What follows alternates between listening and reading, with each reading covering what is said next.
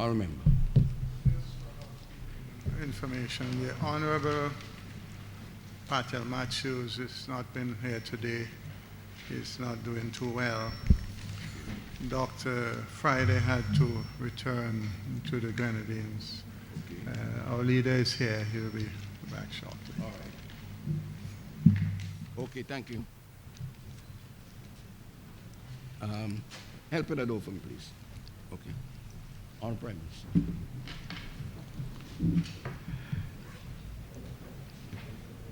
Mr. Speaker, honorable members, I want first of all to thank all honorable members for their contributions to the debate on the appropriation bill for the year 2015 and Ocean of St. Vincent and the Grenadines as required by the rules. Mr. Speaker, I would be less than honest if I didn't single out for a special praise the members of Parliament on the government side who have been here for less than 5 years. The Honourable Minister of Agriculture, the Honourable Minister of Social Development, the Honourable Minister of Tourism, the Honourable Minister of National Reconciliation, the Honourable Minister of Foreign Affairs, the Honourable Senator Luke Brown, Parliamentary Secretary, the Honourable Jomo Thomas, Senator Thomas. I thought that their presentations, Mr. Speaker, were especially outstanding, and I want to commend them. I also would like to say that the contributions from those of us who have been here a little longer, the Honourable Ministers, respectively, of Education, of Health, of Housing, and of the Minister of State, the Honourable Minister of State and the Ministry of Transport and Works.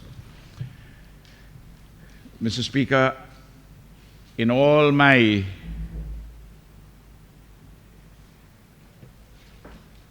"21 years in this Honourable House, it is very difficult for me to think that there's been any other debate on which there has been such a constellation of brilliance and relevance to the welfare of the people of St. Vincent and the Grenadines. I want to thank very much the team. Mr. Speaker, I want to briefly say something, as we have all been saying, and I have had quite a lot to say, and I don't need to go over the territory which has already been traversed, regarding the rock gutter tragedy. Mr. Speaker, I was very disappointed in the time before the burial that there are some who sought to make partisan political capital out of this event, despite some commentaries to the contrary.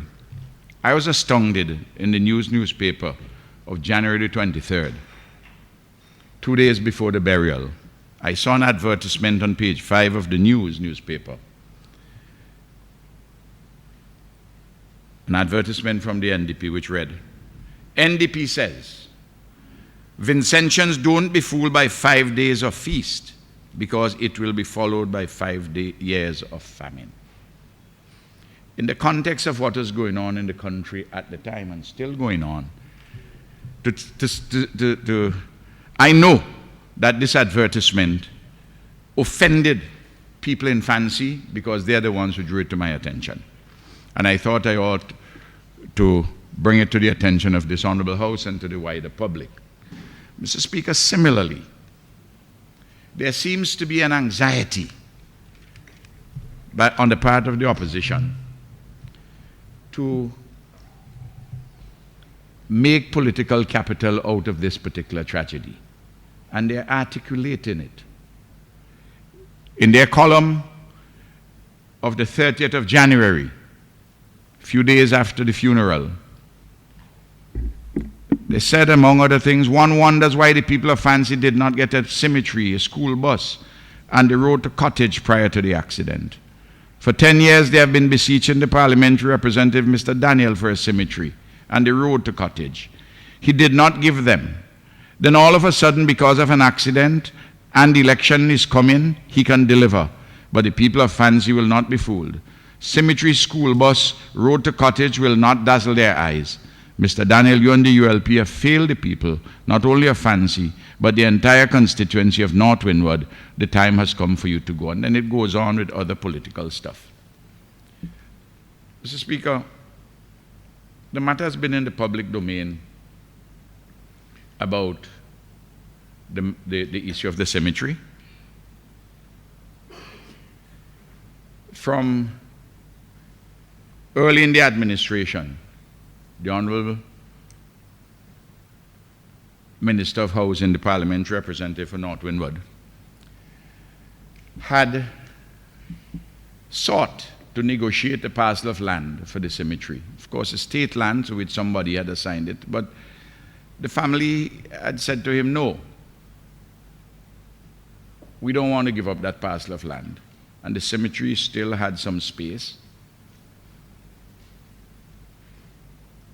But when this accident occurred, the circumstances became propitious for them to give up the land.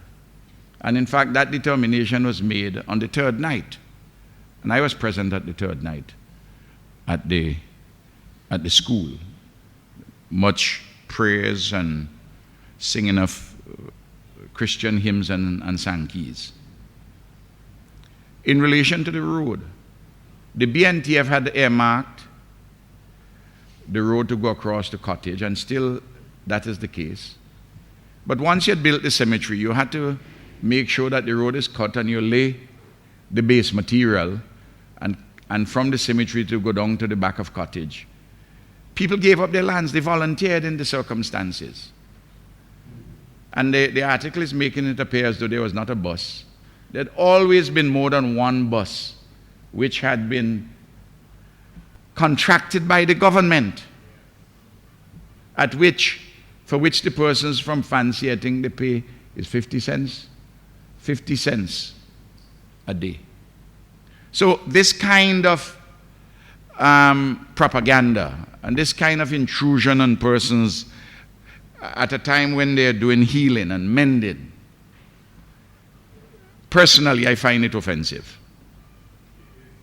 And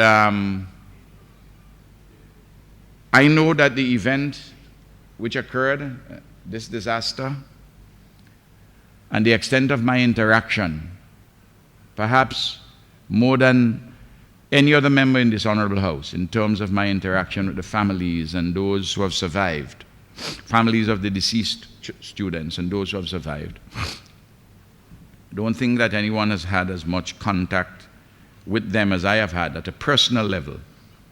And their pain and suffering, their anguish have touched me deeply. And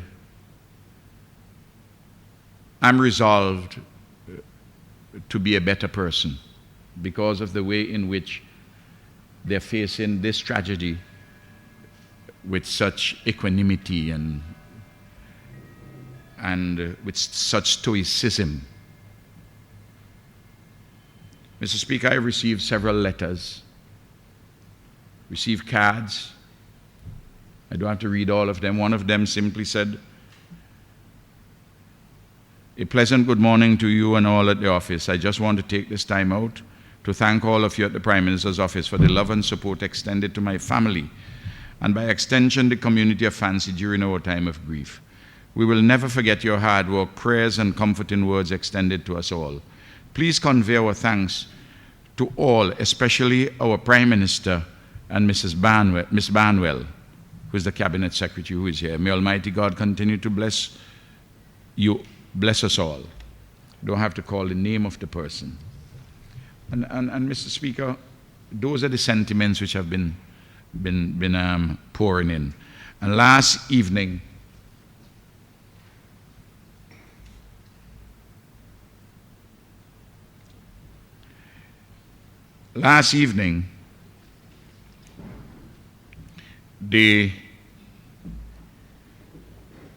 I read here a poem from the internationally acclaimed Caribbean poet, Edward Kamau Brathwaite, and simply entitled Rock Gutter, St. Vincent 2015.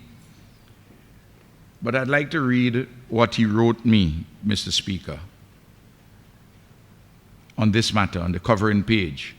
It's prose, but it is also poetic, after he had gone past his salutations.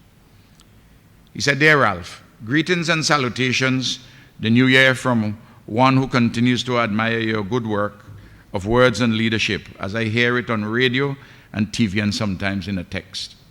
And then he went on to say this: "Taking the liberty," and this is the part which is prose but poetic, "taking the liberty, and I can't help the urge, though I wasn't there, but I'm part of that entourage, that civilization, as you would say, to send this small, inadequate, still imperfect reach out and touch to the people of your tragedy and to you as leader. The poem does not indicate how moved I was to see your face, your hands up to the tremor and turmoil of your face, as you were there in the crowd on the beach that day, and on the TV clip I see no one not even call your name. That's the inner civilization. No one had to. You was one more stricken Vinci Caribbean on that beach with those utter syllables, UTTAR syllables." And then the poem. Mr. Speaker, I continue to pray for those who have survived and for the families of those who are dead. And Mr. Speaker, I've taken a great personal interest in this matter. I have here, for instance, a list of all the students, what they lost. Every one of them, and I'm following through with those involved. Cabinet Secretary, the Ministry of Social Development, and the Cabinet Secretary knows that I'm on her case with this matter. And I note that one of the boys, Shemroy York, lost a cricket bat. And I know also that Tyrrell Thomas is quite interested in cricket. Lanzo from Chester Cottage keeps touch with him. And there would be others, but I know of those two. And I'll get to know them more and more. And Mr. Speaker, this morning I called my friend, Mr.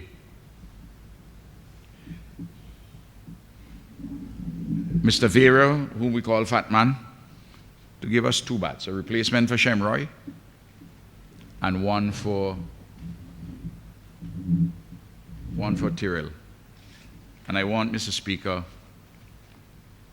to give these 2 bats to the Honorable Montgomery Daniel, who on Friday would deliver these bats to these young men at their school in North Union Secondary School.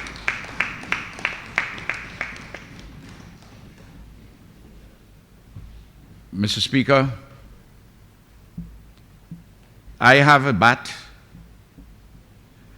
which was signed for me in 2012 by all the West Indian cricketers, and I will make a donation of that bat to the school to be kept in the custody of the school always as a memorial to those students. And I will give that bat before the end of this event. It's in the back of the Jeep downstairs, to the Honorable Parliamentary Representative for South Central Windward. So on Friday also, he can give that bat to the principal of the school to be kept in safekeeping with the names of all. This is a very treasured bat for me, Mr. Speaker. I had hoped that as the years go on to pass it on, maybe to one of my grandchildren. But I felt that it would be better in the hands of the school. I feel better about that as a memorial to these students. Mr. Speaker, I have heard in this budget from the opposition, this budget debate, a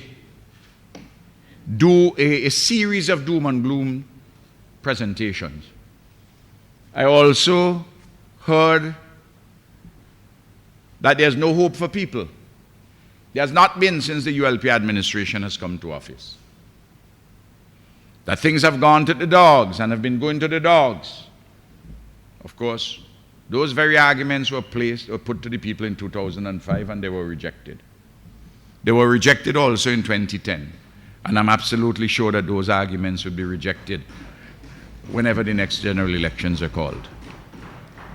And I shall answer the central challenges which they have sought to mount against this budget, and I shall speak the truth as to where we are.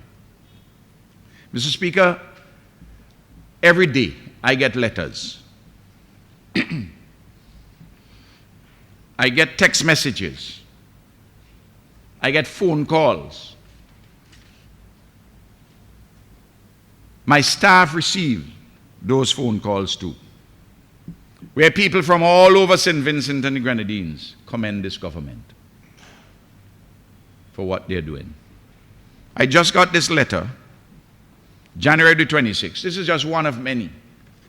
I have stacks of them. Written from somebody in the constituency of East St. George, Upper Fair Hall. Dear Dr. Gonsalves, in 2003, I accompanied my sister,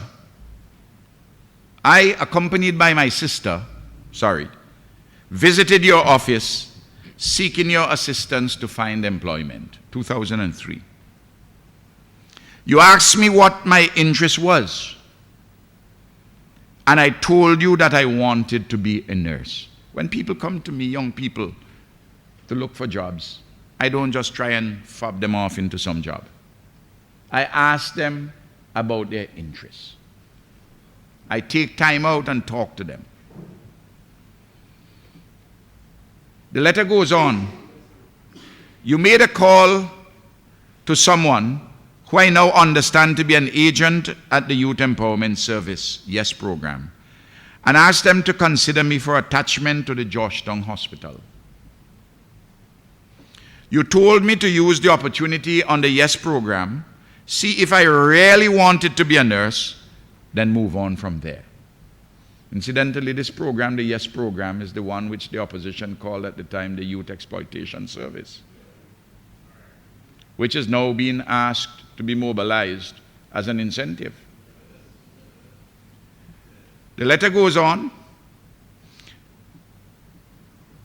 being asked by the opposition to mobilize it as an incentive to ICT operators from overseas.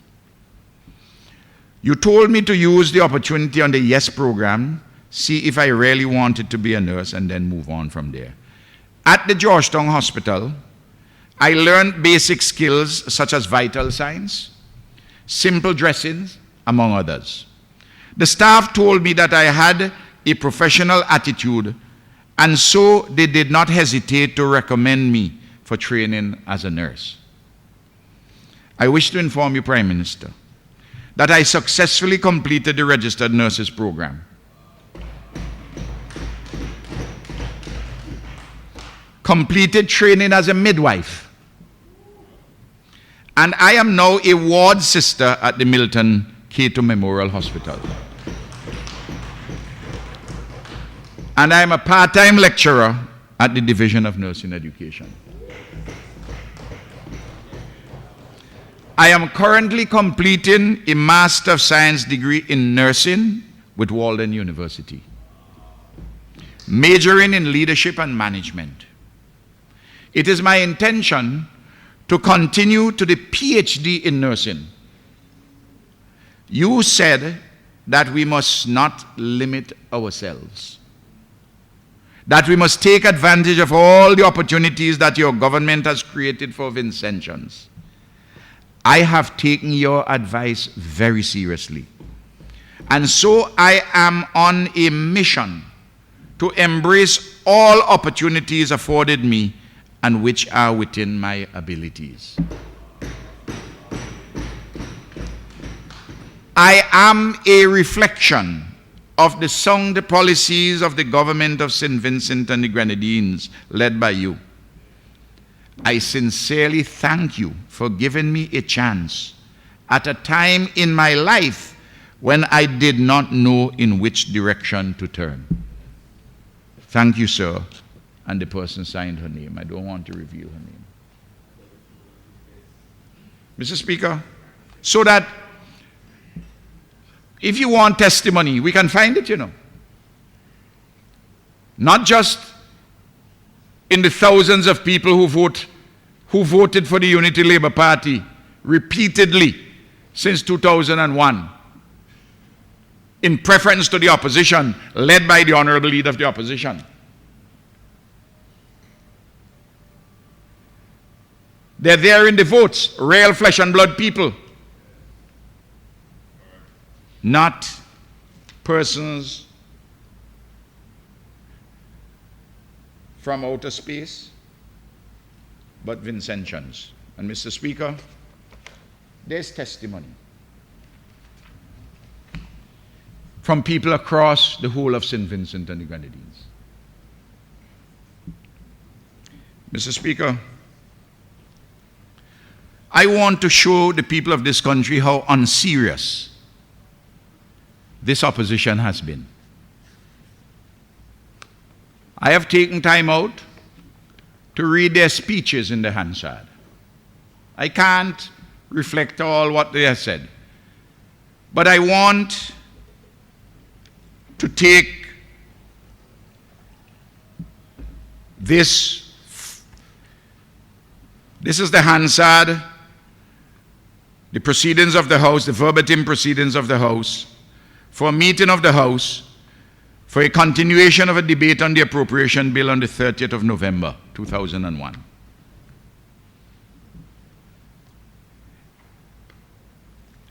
This is the Honourable Member for the Northern Grenadines, as he was then and still is.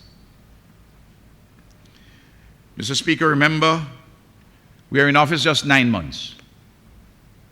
We have hardly found, you hardly know the geography of your office, metaphorically. 9 months. This is what he says. Mr. Speaker, and I want to quote a few things from him so that people can wonder what is the difference between what was said 9 months after we came to office and what he said today and what other members have been saying over the past week.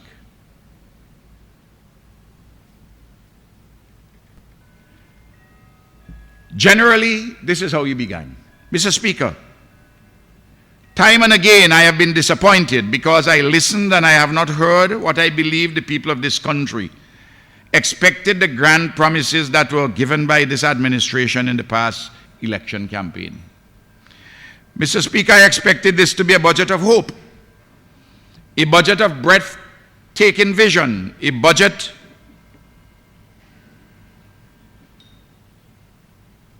of scope to confirm the confidence that the electorate put in this present administration during the last elections. Mr. Speaker, I believe that the disappointment that I feel is echoed throughout the nation as a whole. 9 months after they were soundly defeated, 12-3, he was expressing the views of the nation. He thought that the nation agreed with him. Well, they tested that 5 years later, in 2005, and they got the result. They tested it 10 years later, and they got the result. They still pretend to speak for everybody in the country. That's the general point. I come to specific. 9 months we are in office. Mr. Speaker, one of the most gaping holes, this is the Honourable Member for the Northern Grenadines again.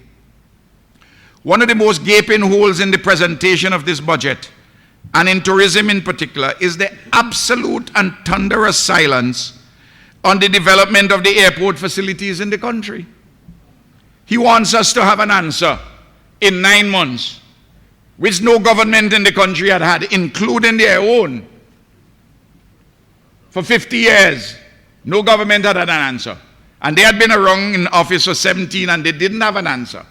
But in 9 months, one of the most gaping holes, he says, one is accustomed to his hyperbolic language and his distortion of reality and his lack of proper judgment. He says, there seems to be a paralysis in this government on this issue. On the airport issue, you know, there's paralysis in us.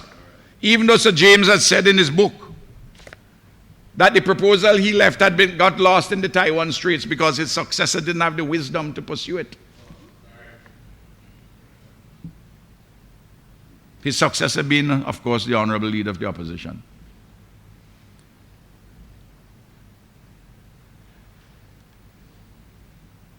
He then goes on to say,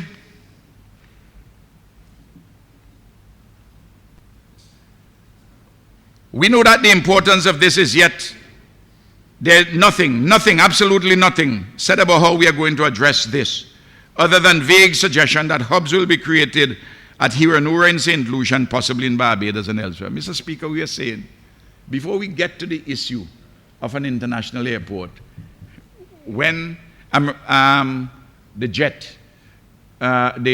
airline American Eagle had pulled out because of the inadequacy of the Argyle, of the Annisvale airport, and another airline had pulled out.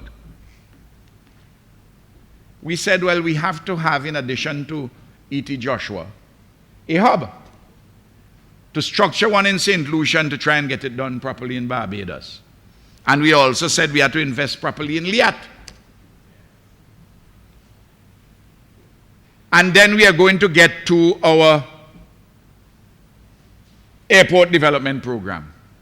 But no, 9 months, there's a denunciation of the government. So is it surprising that after 14 years he comes back with the same denunciation, except this time they don't come and say there's a gaping hole? Because when we proposed the airport, international airport in 2005, the Honourable Leader of the Opposition said he would respond in 2 weeks. He didn't respond in 2 weeks, he didn't respond in 2 years. The next time he knew anything about it is when he went on television and said, get the money from where? From where? And then find it where? And then finally, just before the election, on the Saturday, he pulled out of a manila envelope that he'll finish it, that he has investors. None was identified. The people simply said to him at the polls, we're not buying a pig in a bag. We're not sending a leader to take the ship of state, which is sailed in unsealed instructions. We want to know what they are. We know what the comrade is saying, we know what the comrade is doing, and that's why we're going with it. Mr. Speaker, he goes on, so we need more than just vague suggestions as to how the air traffic situation is going to be remedied. We need a clear statement on what will happen with the airport situation in this country. We all acknowledge it is inadequate. Now when they get a clear statement and the project is rolling out, they have done nothing since we have rolled this out but opposition, and in an opportunistic manner until the election came around when they read the political winds and sought to see if they can bend to those winds. And then after that, full-throttled opposition. They have opposed voting money for the airport in this honorable house. When we came for $200 million in a supplementary appropriation bill in 2012, they said no. We didn't just have a voice vote. I saw that when I was speaking, they were in the budget, they were saying, no. We never voted against it. I invited the journalists to look at the Hansard, and they will find that we had a division of the House, and every single person on the opposition voted against the approval of monies to complete the Argyle International Airport in 2012. Mr. Speaker, I want to go on again to show, with other examples, the facile nature of the opposition and the nature of how the honourable member for this Northern Grenadines, how he represents the facile nature of the opposition. Anything for a quick political point scoring of no consequence. When the Honourable Minister of Tourism then, Rene Batiste, went up to the cruise ship pier, moved to office, he said, well, he's glad she went up there because she will see how persons like he and other people going to the Grenadines stand up in the hot sun and had to run when rain come. And when we put in a facility, you never hear thank you. When we tried to have a small fee, what happens everywhere to help for the operation, the staffing and operation of it, all hell break loose among them. They even went up there to protest. They confronted the police. They, all sorts of things, brought constitutional motion. Yes. I want to take the people a little down memory lane, and I want to show them from their own words how irresponsible they have been from day one. This is 2001, you know. Mr. Speaker, I want to use one more example perhaps two more examples. Mr. Speaker,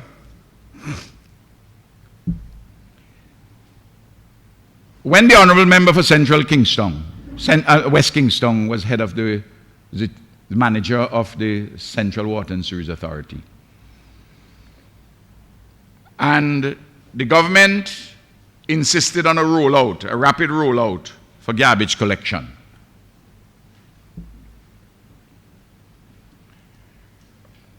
And the recommendation came from CWSA, a correct recommendation, to charge $5 a month for collecting the garbage. This is what the Honourable Member for the Northern Grenadines said. Mr. Speaker, it is a $5 amount, which is essentially a flat tax. Rich and poor alike pay the same $5. A rich person who generates 50 pounds of garbage a week pays the same amount as a poor person who generates 5 pounds of garbage. So how are you going to distinguish between rich and poor between the houses when you're collecting the garbage? But that is the kind of facile nonsense that you got then, and you still get now. I wonder in their private meetings if he remembers to tell the Honourable Member for West Kingston how much he opposed that at the time. And he'll no doubt say in private, well, you know, boy, Daniel, that's politics. But not with the nation's business, because we had to clean up the place. And this measure of collecting garbage throughout the country every single week is one of the outstanding achievements of this government and the CWSA.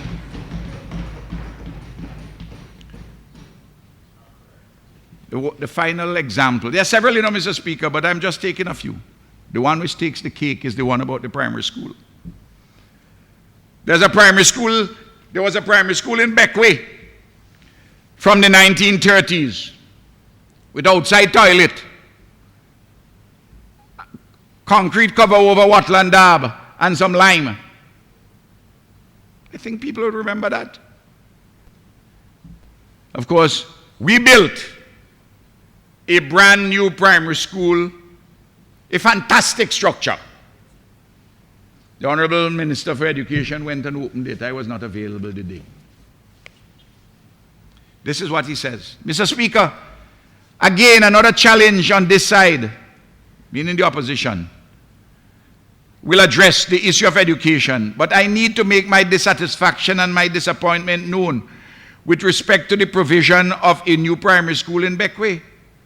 A lot of work has been done to repair the old primary school there, and quite frankly, I commend the people who have worked on that project. It was a monumental task, and given the limited resources they did a tremendous job. I do not want to take anything away from that, but what I was suggesting at the very outset of this debate on this issue, which I will continue to maintain, is that the school itself is inadequate. We did some repairs, Mr. Speaker, in the condition which we met it, and we say we're going to build a new school. 9 months he wants us to build a new school. Is this a serious man? We eventually did it. A beautiful school costing in excess, I believe, of $4 million. $5 million perhaps. This is in 2001. I have some things to go with the leader of the opposition from a little earlier for him, in 1999. And I will come there. I will come there. Because I sat through this debate and I didn't interrupt anybody. In fact, Mr. Speaker, I believe that the grace of Almighty God is especially on me at this time, and I hope on all of us. And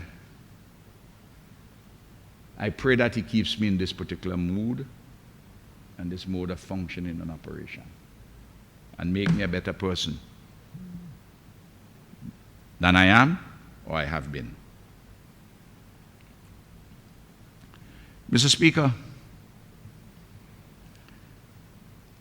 overall, the strategy, the policies, and programmatic initiatives of the government have not been successfully queried or challenged by the opposition. I outlined our framework. And the framework which I outlined, I said it is even put out in more detail in the social and economic, the National Social, Economic and Social Plan for St. Vincent and the Grenadines up to 2025, from 2015 to 2025, 2014, sorry, to 2025. Another 10 years. That's the blueprint. I hear the Honorable Senator, the Honorable Member for West Central Kingston, the best he came up with today. I listened to him. He said we need an alternative approach, alternative development approach. And I was waiting. I had my pen at my office listening to him on the TV to hear what this alternative approach is. Then he fell flat. He said the alternative approach is a basic needs approach. Mr. Speaker, that is so passé. People, development theorists, people who are serious have gone past what is called a basic needs approach. You need an overarching framework of consistency and coherence to deliver, among other deliverables, basic needs. We are doing that. But you just can't have basic needs alone, because that will do a little incremental business but not take us over the developmental bottlenecks. And I will come to that. As to the leader of the opposition, as has been his wont for budget after budget, his approach is entirely an elementary arithmetical one. This goes up and that comes down. This goes up, that comes down. And when you're waiting for the point, you say, I take this thing seriously, you know. That is not a framework. There is one developmental framework in this honorable house on offer, is the one which has been laid out repeatedly and reaffirmed again in this budget speech of the Honorable Prime Minister, the one of the Unity Labour Party administration. Mr. Speaker, where there were questions from the opposition, these questions by and large have been ill-conceived, their criticisms largely misguided. Their commentaries on strategy and policies have been contradictory, inconsistent and ineffective, and contain no credible alternative to that of the government. There were very few proposals from them. The Honorable Leader of the Opposition made 3 in 4 hours. Small bear. And one of them is entirely problematic, and I will address those shortly. The Honorable Leader of the Opposition, the Honorable Member for Central Kingston, made one suggestion, which he has been making since 2010, that a constituency fund will solve the problems of St. Vincent and the Grenadines. Well, I mean, anybody who believes that hasn't gone past socioeconomic development 101. Overwhelmingly, Mr. Speaker, their criticisms of our government's performance have ignored the context and the text. Take, for instance, banana production. The Honorable Leader of the Opposition will genuflect to the proposition that, okay, things are more difficult for the banana industry. But we can do half. We can at least do half of what we used to do. Mr. Speaker, it relates to half out of the best what we used to do. 80,000 tons in 1992. So you need 40,000 tons if it's half. Assuming it's 8 tons per the acre, which is the average, you need 5,000 acres. Where is he getting the 5,000 acres? Where is he getting them? And when he gets them, the production has to be at a subsidy which will put great strain on the government finances. More subsidies than we actually have given thus far. And we have given substantial subsidies. Mr. Speaker, the Honorable Minister of Agriculture detailed the fall in bananas. And indeed, the data show that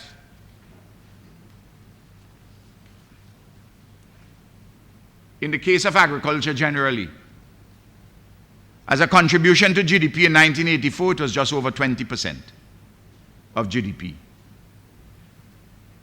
By 1994, it was 11.8%.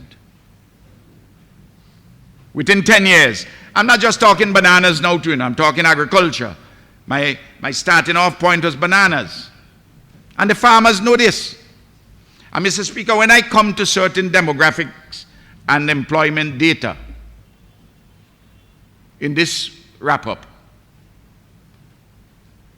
between 1991 and 2001, in that 10-year period, the census shows that nearly 1/3 of the labor force in agriculture left it. Nearly 1/3. In fact, Mr. Speaker, I'm sorry, over 1/3, 36%. 36%. More than 1/3 left. In 10 years, the labor force, The Honorable Member, Minister for Agriculture, had given the number of the farmers who left. Now, when you have such a large exodus of both farmers and from bananas and agricultural workers from agriculture, it makes the task of recovery and consolidation even more difficult, particularly in a context where there was a complete diminution of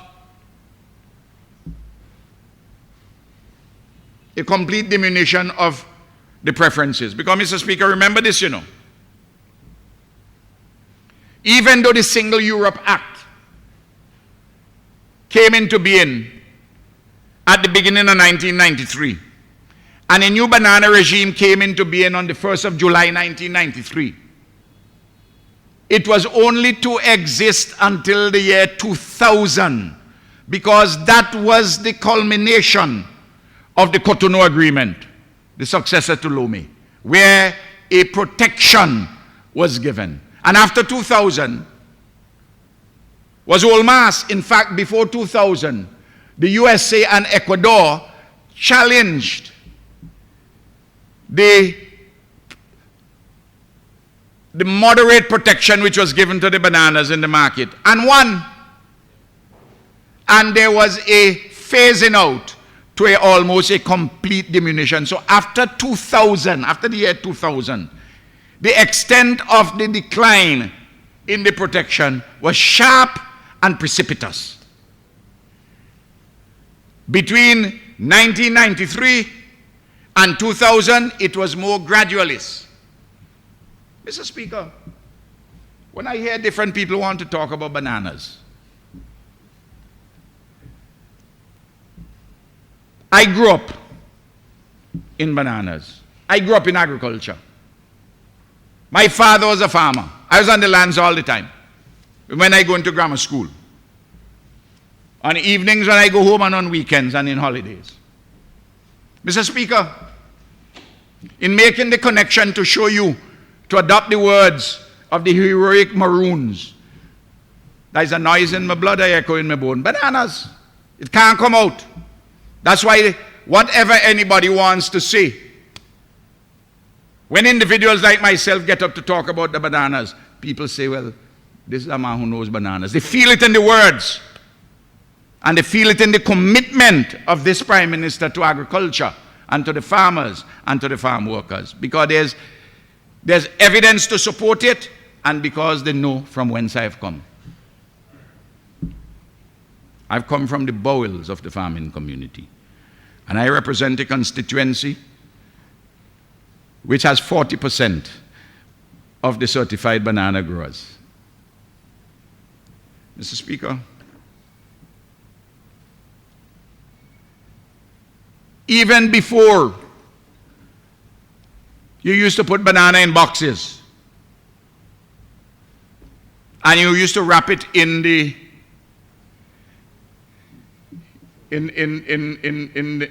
like you're wrapping a baby with Pampers. You had to carry the banana from the field to the packing area. You had to put it on your head. You have to put kata. I don't know if on the opposition if they know kata. Any of them ever put a kata on their head since they're born? Eh? I man move bananas from Windsor, it's go down to Gas. Put my head with a cutter between the bananas and my head. You hear me? Don't think that I just became Prime Minister just so you know. I have a pass.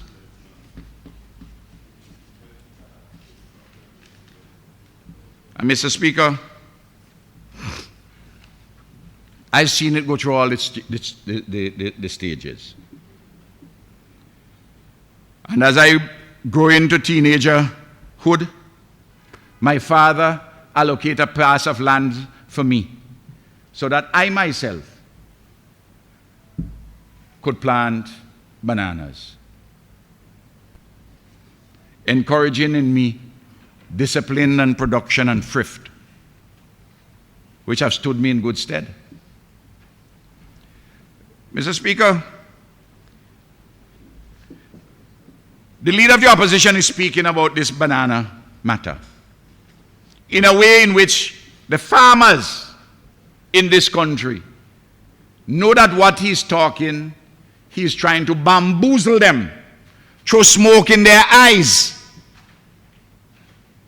That may not be his intention, but I am saying to this honorable house, the farmers tell me that nothing like them could bamboozle them or throw smoke in the eye. Mr. Speaker, this is the second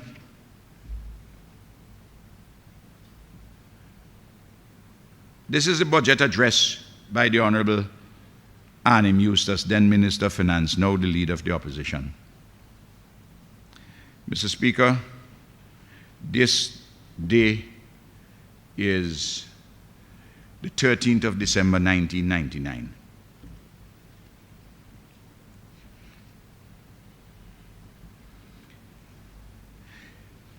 He begins his budget speech by speaking about the changing environment for us in St. Vincent and the Grenadines. Rapid liberalization of trade in the name of competitiveness without adequate transitional arrangements could make the poor countries of the world poorer and the rich and more developed world richer. And he goes on. He says, if our citizens wish an example of the impact of trade liberalization, we do have a perfect one, that is the relevant institutions. That is our banana industry. It is there for all of us to see, and our farmers, government, and other relevant institutions have been battling for years against this threat by seeking to modernize the industry through improvements in quality and productivity. Here in St. Vincent and the Grenadines, many farmers have been forced out of the industry. The Honorable Minister for Agriculture has provided the statistics. Because they cannot compete. He says, let us therefore learn from that example. Mr. Speaker, later on, he goes on in dealing with bananas. And he's saying that they intend to increase production nevertheless. And on that section, he says, all of this is subject to the arrangements that are finally agreed between Europe and the United States of America with respect to the WTO ruling. In other words, he's saying, listen, we want to do this, we want to do that. But I tell you this, all of that is subject to what is happening with the preferences in the marketplace. And now he wants to sing a different tune. You are, for opportunistic political reasons, you're giving a message. The different tune you're giving is that today you can produce 40,000 tons of bananas because you say half. Listen, we are dealing at the moment, we in the government have had a policy. First of all, it was diversification around bananas. Now it is diversification with bananas. Because where bananas was a sufficiently strong pillar in the marketplace, you could have diversified around it. Now, you have to diversify with it. And this is why farmers going into many other things in addition to doing bananas. Mr. Speaker, all their plans. He said these measures and initiatives are expected to result in an increased output. And the estimated figure for 2000 is 43,500 tons. Well, they didn't get anything near to that. In the year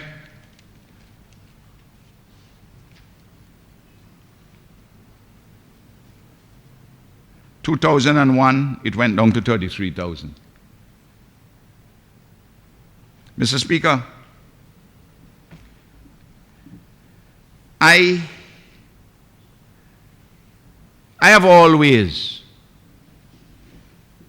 maintained that when we are addressing our producers of goods and services, we speak to them with honesty. We speak to them about our strengths and possibilities and our weaknesses and limitations, and seek to enhance our strengths and possibilities and to reduce as far as possible our weaknesses and limitations. Mr. Speaker, look, I have come, the Honourable Member for Central Kingston quoted a speech which I did on public sector reform, the public service, which was to my credit.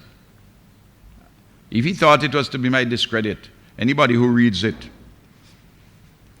and it's in this book, which I authored called The Politics of Our Caribbean Civilization, published in 2001. One of the things about me, Mr. Speaker,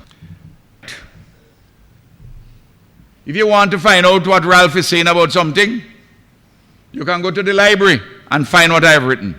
I'm not afraid to put down what I'm thinking and do the research. And if I have to alter any position, I give the reasons why I have to alter it. Because a foolish consistency is not to be approved. But there's an article in this, Mr. Speaker, called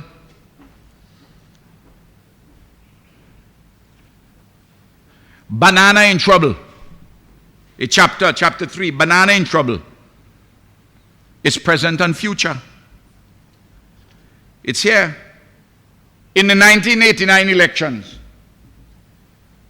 before the 1989 elections, I published the article, I say what we have to do. There's a threat ahead with the trade liberalization. Mr. Speaker, I wrote the Prime Ministers, I wasn't even in Parliament yet. I copied it to the Honourable Leader of the Opposition then, the Honourable Vincent Beach, as he was at the time. I outlined what we should be doing from 1989. The Prime Ministers of the Windward said then, everything would be all right in the morning. I had a foresight to see what was coming and how we must prepare for it. And I outlined how we must prepare for it. I don't have to go through those things. People know what I've been talking up and down the country. Mr. Speaker? Huh? The what? I nearly went for what? I rarely went for it. Yes, I went to try to. Huh? That's why you are there on the opposition. I agree with you. I agree with you 100%. Mr. Speaker, this is what I wrote on the 23rd of February 1988 to Sir James and the other Prime Ministers. Dear Sir, question of preferential treatment for bananas in the UK market. That's the subject. I said this, I feel compelled to write to you on the above captioned matter as a consequence of a lengthy discussion which I had last week in London with two senior officials from the West Indies and Atlantic Department of the Foreign and Commonwealth Office of the United Kingdom government. I'm not in Parliament, but I had sufficient respect in the region and with the British government as an academic regionally and what I've been writing, and then of course I was a lawyer. These officials saw me because they thought I have something to say. So it's not yesterday that I'm in this vineyard. You think I had to hold an official position to be putting out issues and trying to help the people of St. Vincent and the Grenadines? I went on. I said to Sir James, I am sure that you share with me and other patriotic Vincentians a deep concern for the future of our banana industry and that of the other Windward Islands. As a result of the free market changes which are scheduled to come into effect in January 1993 in the European Economic Community, EEC. I'm writing in 1988, and I'm already seeing what is happening in 1993, you know. What's that? Never. Never. Never. Well, you know, don't try to divert the fact that the opposition now is in a party which bears the name the NDP for. Because Sir James himself has recognized that. This is why he says that he cannot ask anybody to vote for the current NDP, particularly led by the honorable leader of the opposition. He has said that publicly. The honorable leader of the opposition has already written in black and white and said to Sir James that you, the founder of this party, has now become an acolyte of the Unity Labour Party. You wrote that, you know, not me. An acolyte mean an altar boy. You're telling a man like Sir James, who brought you to office, who helped your career along at every stage. Yes, he helped your career along at every stage, and you have not shown gratitude. You turn around and say that he is Ralph's altar boy. That's what acolyte is, an altar boy.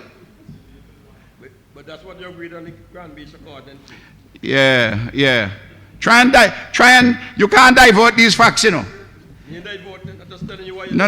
I have a copy of the letter, you know. Mr. Speaker, you have no copy of any letter. Yes, you want to be a senator, that one. Well, you know, Mr. Speaker, yes. I want you to bring the letter that I have. You must not. After Parliament.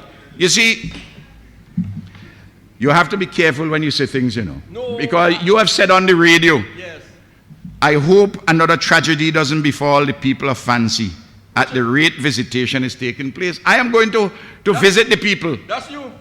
I'm going to visit the people.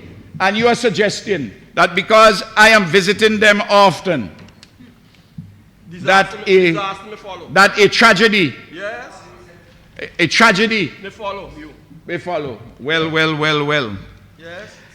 That is, Mr. Speaker, if we were not in Parliament, I would have said that's plain bad-mindedness. Well, but we are in Parliament, so I wouldn't say that. Okay. Well, you know, that's how disaster. Mr. Speaker,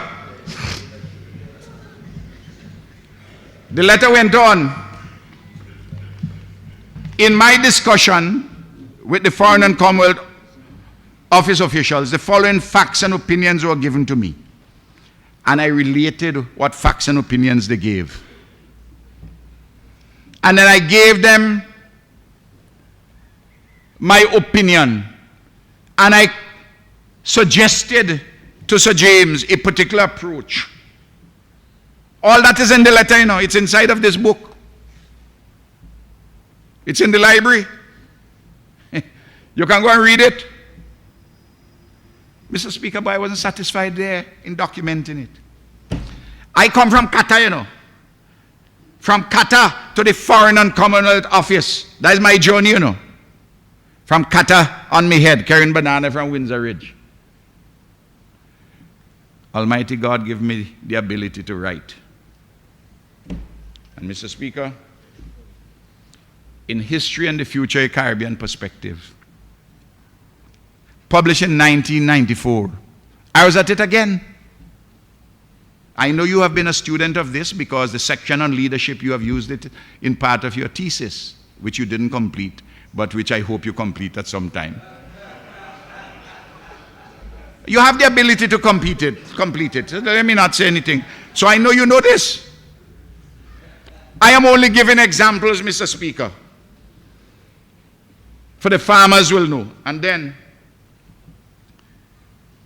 when Gordon Myers wanted to write a book on the banana wars, the price of free trade, dealing with the same liberalization issue.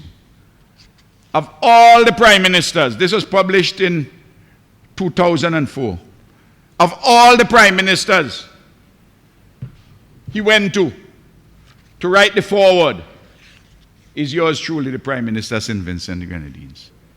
He's an authority on trade liberalization in bananas. So that I want to establish where it has been, where we have arrived at. And Mr. Speaker, when we came to office, and I'll say it, what have we done? What are some of the things we did on bananas? Up front in 2001, we met a Banana Growers Association in 2001. Mr. Speaker, hear me now. In the year 2000, they earned $49.5 million in bananas. In 1999, they earned $55 million. In 1998, $56 million. 1997, $38 million. 1996, $55 million. 1995, $66 million. 1994, $45 million. But yet, when we arrived in office, they had a debt of $30 million. Mr. Speaker, the Banana Growers Association had a debt of $30 million. As a banana man, I say, you know what we have to do? I'm going to give them I'm going to wipe off $18 million. I took a loan, Mr. Speaker. The government took a loan and paid $18 million off. And then I took $2 million. I borrowed more than $18 million. I took $2 million and gave them for operating capital. In the period from 2001, Mr. Speaker, we have given rehab monies on several occasions. We are the first government to give income support monies. We have given subsidized fertilizers. In fact, right now, Mr. Speaker, the fertilizer is at the NPK. Did you mention that? Is $80 a sack. That has a $20 subsidy.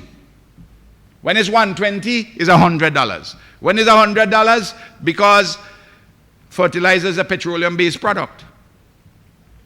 It's a petrochemical product. So you get it cheaper. So it's $80. It's the cheapest fertilizer, NPK, in the whole of the Eastern Caribbean.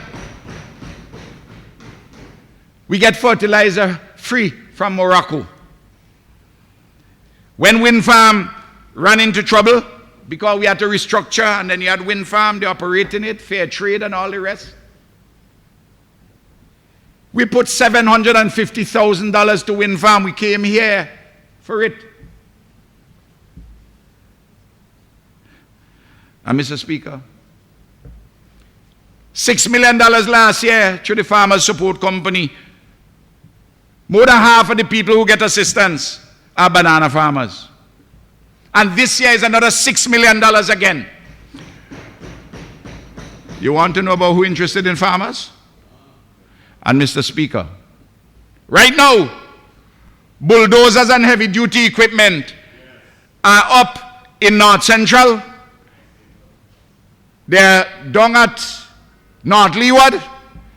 And the reason why we have two sets there at different ends, we do a couple of weeks in one area, then we'll have to go into North Windward, then we'll come to South Central, we'll bring from North Leeward up to Central and South Leeward, and so on and so forth. I had promised the people that you will see a road repair program in this country, the likes of which you had never seen before. And anytime the comrade speaks, the farmers know they can put the pot on the fire and there's deliverables. Basic needs? More than that. This is real development. Mr. Speaker, in agriculture, since I'm riding well, Mr. Speaker, since I'm in the wicket and playing shots, may as well I continue with agriculture a little longer. May as well. Yeah, I'll baton. Because, Mr. Speaker, and I like the analogy baton, because in our cricketing culture, the man at the crease gets the benefit of the doubt, if there is any. If there is any, the man at the crease get it. Well, those who support the ULP, they ain't got no doubt. Those who are in between, I get the benefit of the doubt. And the way things are going, will Sir James saying, the comrade has played a good hand, stay with him. I didn't say that. Where is it? I'm not saying that. You said Sir James. No. All I'm saying. Prove it. You know what has offended him most of all? Yes. The ingratitude of the current leadership of the NDP. Mr. Speaker, So that's why you're voting for you? in 1991, agriculture, hunting, and fisheries. Agriculture, hunting, and forestry, 7,631 persons. Fisheries, 651. Fisheries is between 600 and something, 500 and something fishers. So that's 8,288 persons. In 2001, the number fell to 5,323. A fall in the labor force in agriculture by 2,965 persons, or 36% less than 1991. As the evangelist would say, you hear me? Say amen.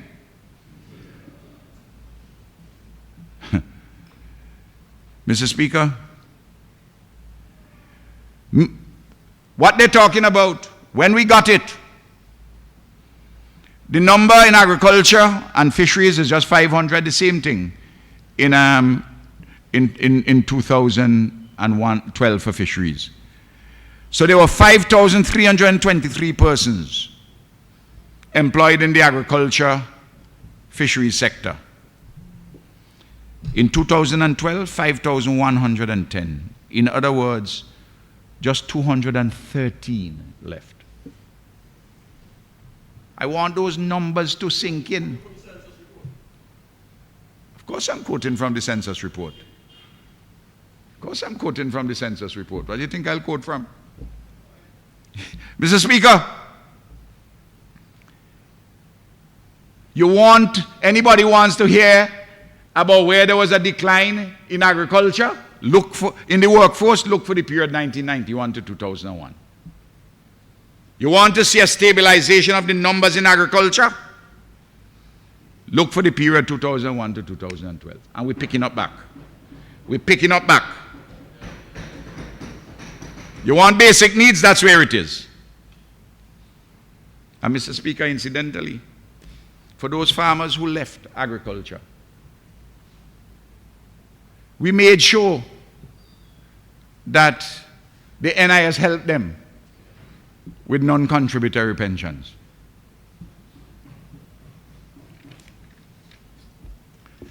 Mr. Speaker,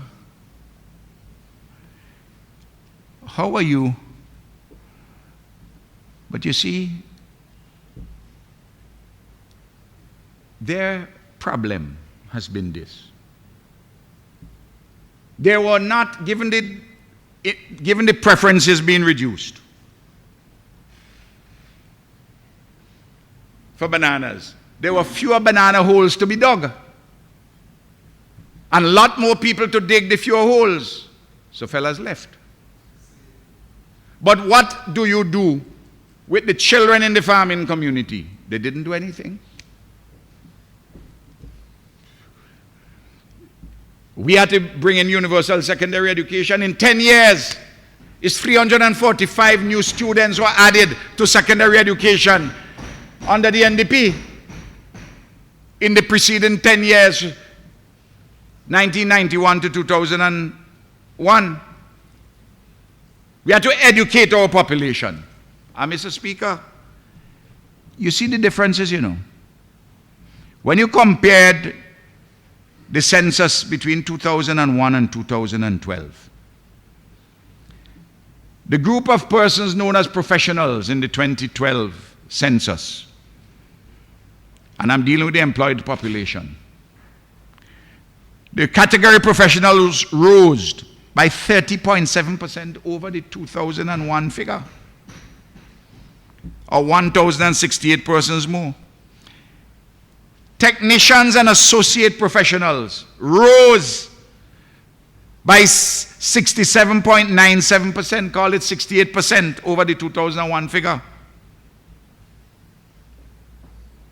Craft and related trades rose by 15% over the 2001 figure. Service and sales workers rose by 108%, 5,518 persons into service and sales. You know why all those things are happening? Because of education.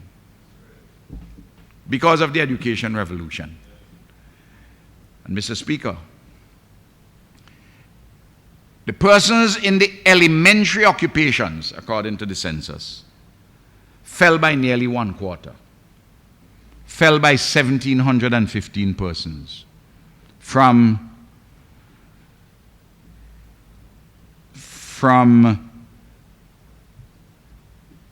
7,182 to 5,466. When you're looking at the progress in the country, we see people moving out, Mr. Speaker, from what you may call elementary occupations to more professional ones. And Mr. Speaker, correspondingly, and I'll address that a little more, but just to say this, the average insurable wage or salary at the NIS in the year 2000 was just about $9,000. The average insurable wage or salary in 2012 was $17,500. Basic needs. I'm giving the data to answer what in another context polemicists may call rigmarole from the opposition, but what I would say misguided commentaries. Mr. Speaker, so whatever criticisms they had, they ignore context in the case of bananas, which I've just given. They did the same thing with cruise ship arrivals and stopover visitors and the global economy. Mr. Speaker, what are some of the central issues? I'll just enumerate them, what we have put on the table. Enhancing wealth and job creation through an efficacious mix of economic activity through the private, cooperative, and state sectors. Second central issue, fiscal consolidation through prudence and enterprise. The opposition, of course, supports fiscal consolidation, but they consider that it can be achieved through austerity. The Honorable Leader of the Opposition famously said 2 years ago in this Honorable House, so what's wrong with austerity? I will come, I will, Mr. Speaker, I will answer him promptly here. The wages, I have just given a statistic which you just seem to ignore, just like how you ignore the fact. Wait now. The average insurable wage at the NIS in 2000 was 9,000. It is now 17,500. Inside of the public sector. Inside of the public sector, wages for the various categories of workers have moved from between 55% and 106%, way in excess of the inflation, which is under 40%. You see, that's not austerity. I just give you the numbers. You want to ignore those numbers and you want to be facile. I'm not going to be facile with you, no. Just in the same way, I hear you, I understand that the Honorable Member for Northern Grenadines talked about prices of oil. Mr. Speaker, I will show that. Don't take 1 month for the price of oil. Take the year 2014. And other than Trinidad and Tobago, the lowest average price in the entire CARICOM for the year 2014 for gasoline at the pump after Trinidad is St. Vincent and the Grenadines. And I'll give those statistics just now. So you all can pick whatever statistic you want. No. I know when I listen to you that the truthfulness of a book, which I read, which is called Lies, Damn Lies, and Statistical Lies. But what I'm giving you here is authentic statistics because I have it from reputable sources and I'll produce it. But I just give you that because, look, I could talk about all these things without reference to one note, you know. But yeah, but you see, I want to keep it so focused. I listen to you all, you know. I listened to you all, and I was determined when I was finished today. You all are not going to be able to show your faces with any credibility anywhere at all in St. Vincent and the Grenadines. When I finish with you all today, you're going to be serious. You're here? You're not serious. You're not serious. I am not serious. Mr. Speaker, our government's quest for fiscal consolidation, I said, is to balance prudence and enterprise. A mixture of expenditure controls, debt management, modest and targeted revenue measures, and fiscal stimulus as the circumstances admit, and economic growth. On the other hand, the opposition is austerity. But we see austerity as a dangerous idea to our economy, our society, and our social well-being. No, I'm not doing it. Because you yourself telling me that how I'm running a fiscal deficit, I should be tighter. The Honorable Senator Leacock, with the same song sheet, though he, of course, the Honorable Member for Central Kingston, he, of course, realizes some things need to be done. So out of one corner of his mouth, he's saying austerity. In the other corner, he says spend on this, spend on that in my constituency, spend on it. And in the case of the Honorable Senator Lewis, I don't really know what he's saying except trying to see if he could audition for the job as leader of the opposition. But he first had to win a seat, which he can't win. I know he can't win. Why he try and tangle with the Honorable Minister of Foreign Affairs? He hasn't learned. Every time he tries to tangle with the Honorable Minister of Foreign Affairs in this house, he comes off not just the worst, far worse for it. Mr. Speaker, you know, one of the things I do, despite all the work I read, Stress Test, Reflections on a Financial Crisis by Timothy F. Geithner. He's the U.S. Secretary of Treasury under President Obama. Says this: the financial crisis left tragic pain and suffering in its wake. Financial crises always do. The economists Carmen Reinhardt and Ken Rogoff, my former IMF colleague who played chess in his head during meetings, have calculated that it takes the average country 8 years after a financial crisis to reach its pre-crisis income levels. That's a comparative study worldwide. 8 years. Mr. Speaker, we have reached pre-crisis GDP already, and it in 8 years. This is why I tell you, you ignore context and you ignore text. How can there be a serious discussion if you ignore context? The worst economic crisis. Mr. Speaker, we go on.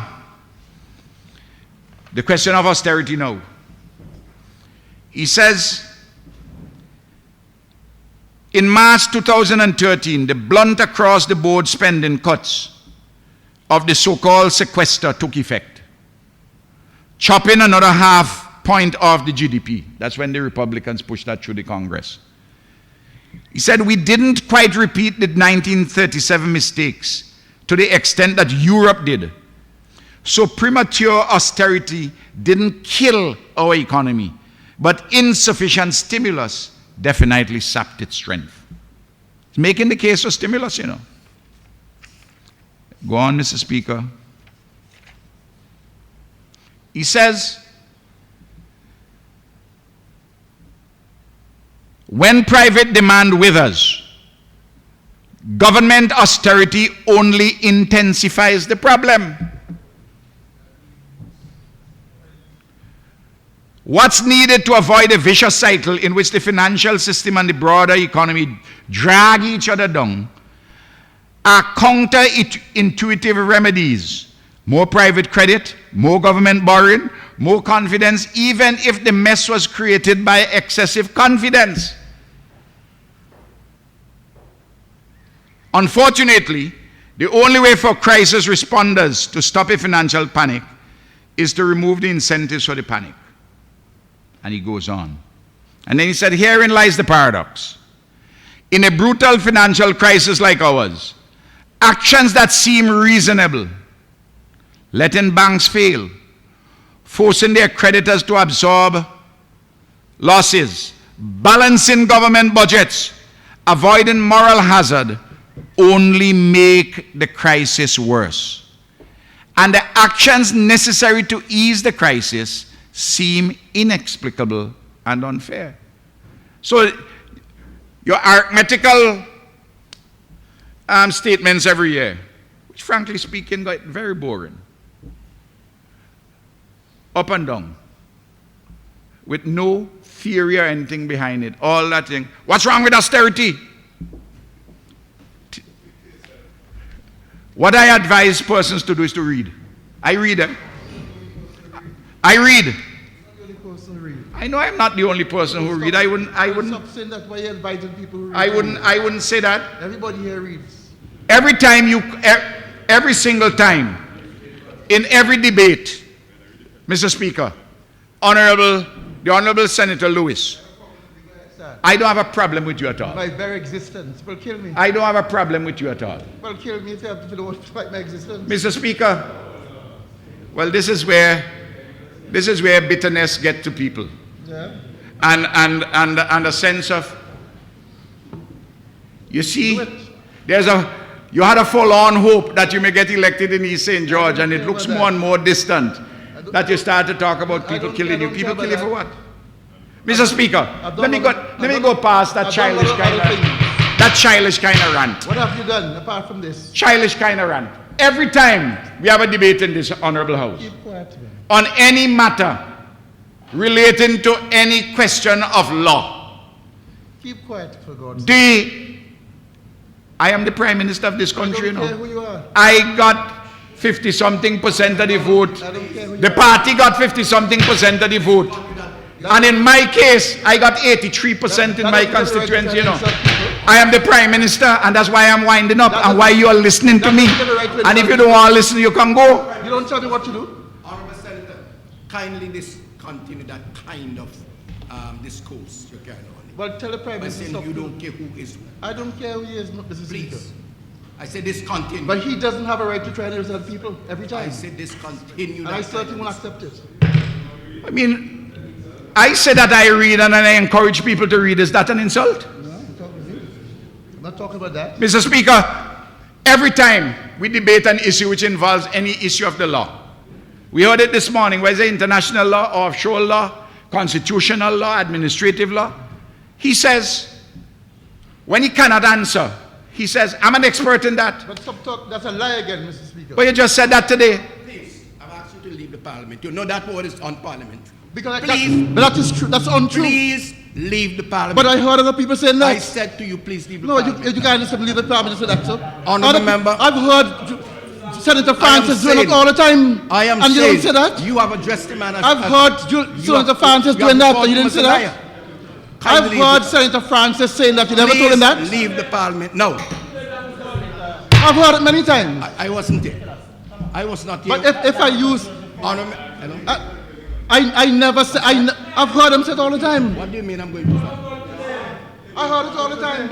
Yes, because it's been disrespectful. I started to hear it It all was the an time. unparliamentary law. I said to leave the parliament now. Well, ask if he wants to go up. Well, if you all want to go, go. I guess that's what you're waiting for. I guess that's what you all want to do. Leave the parliament now. I am saying, I just asked him to discontinue that discourse. Please leave the parliament now. Many times I've heard it here. If you don't, Many times I've heard it before here. today. The first person using it. I will name you, Please leave the parliament now. No worry, man. You have to come to Eastern George. I was not here when You have I to have come to of course I Calico. come to, I live there. You have to come to Calico. Don't worry. You leave now. I'm sure you would have heard it. I'm sure you would have heard it. And it's in double standard. That's painful to you. I remember you were threatening me to come to Calico. I was born there, I was born there, Just leave it. Go outside.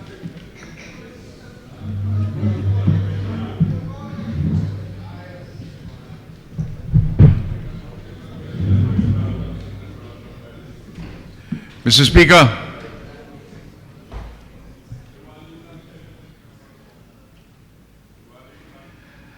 I reaffirm what I've said in other budget speeches.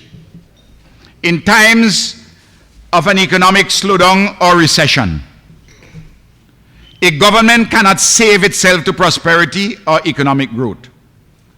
It is required to stimulate the economy to the extent of the available fiscal space and the capacity to expand demand for the production of goods and services. Because in our country, Mr. Speaker, we have a restrictive demand. The extent to which you can stimulate the demand is limited within the current context, but we carry it to the margin. When the opposition speak and say they must cut, I must cut. Cut what? What do they want me to cut? They have never suggested what to cut. Cut education, cut health, cut people's salaries, cut the expenditure on agriculture. Mr. Speaker, a third central issue is achieving equity and social protection. The opposition is not interested in this. Fourth central issue, building economic and infrastructural resilience, including protecting the environment. Mr. Speaker, we have a strong record on this with disaster preparedness, airport development, roads and bridges, Rabica for instance, sea and river defenses. The fifth central issue, enabling increased human and social development, education and health. In these respects, the NDP is off beam. The sixth central issue, promoting good governance, including fighting official corruption, strengthening management and capacity. Again, we have been strong on these matters. The seventh central issue, fighting crime, being tough on crime and tough on the causes of crime, on an issue which is complicated. The eighth central issue, building national pride and identity, culture, sports within the context of our Caribbean civilization. Mr. Speaker, an issue like reparations, they say no to it. The ninth central issue, regional and international solidarity. The Honorable Minister for Foreign Affairs pointed out that they don't say anything about foreign affairs except taking a an ideological stance which is inappropriate to our circumstances. And then, of course, the 10th central matter is the question of the targeted strategic interventions. Mr. Speaker, I want to say this, and I want honorable members to go with me at the economic and social review, which is an appendix to the speech and which is incorporated into the speech. Mr. Speaker, let me just say, this review was not prepared by the Prime Minister personally. All I asked them to do is to make sure they put some stuff on the census. Even though the census isn't out yet, they have the raw material. And they wrote that, and I incorporated it in the speech. I want us to turn to Roman numerals 7 of the speech, of the review. Mr. Speaker,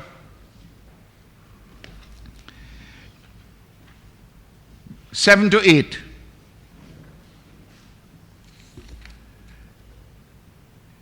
Economic activity in St. Vincent and the Grenadines strengthened in 2013 relative to 2012. Preliminary estimates indicate that real gross value added grew by 2.4% following the growth of 1.1% in 2012. The expansion was largely on account of growth in the construction, agriculture, and wholesale and retail trade. There was also a 10.4% increase in monetary liabilities as consumer and business confidence improved. All this is before we had the disaster in 2013, you know, at the end of 2013. You go through the whole area, you see how this government is weathering the storm in this economic crisis. You go on page Roman numerals 8. In 2013, St. Vincent and the Grenadines experienced a surplus, 3.4% of GDP on the overall balance of payments, as against a surplus of 3% of GDP in 2012. This improvement was attributable to a larger surplus on the capital and financial account, resulting from the growth in foreign direct investments coupled with a narrowing of the current account deficit. The Honorable Minister of Foreign Affairs gave you the details about the growth in foreign investment, and so too Honorable Senator Brown. Mr. Speaker, these opinions which are presented and the data substantiated by what other colleagues are saying here, then I want to turn, Mr. Speaker, to the prospects, page 47 of this review.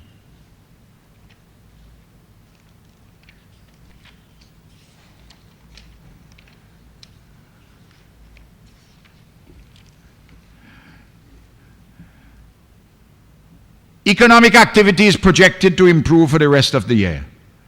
This performance will be driven mainly by expected improved activity in construction, agriculture, and the manufacturing sector. This review was prepared up to September 2014. Then they go on to show construction activity is expected to improve as work on several major public sector projects, such as the Argyle International Airport, the 10th EDF modernization of health, the construction of bridges, South Leeward Highway rehabilitation, and so forth. Improvement in crop production is expected to continue to drive growth in the manufacturing sector. Manufacturing activity is also expected to expand in the domestic, as the domestic demand remains strong. Fiscal operations for 2014 are projected to improve. Tax revenue is projected to increase as efforts to improve the collection of taxes are intensified. Current expenditure is likely to decline as efforts to control current expenditure continue. The current account deficit, that is to say on the external account, is expected to improve as a result of improvement in the merchandise trade deficit. The capital and financial account surplus is expected to increase as economic activity in the advanced economies improves. It is anticipated that this would impact positively on the inflow of foreign direct investments. Mr. Speaker, those are the officials in the Ministry of Finance and Planning talking, you know. Not me. I endorse that because those are the facts. So I have taken apart, Mr. Speaker, their overarching framework. I highlighted what are the central issues. And then I point to our performance in 2013, what we have done up to September 2014, and the prospects going forward. It's all there in black and white in the Economic and Social Review. Mr. Speaker, the issue of incentives has arisen.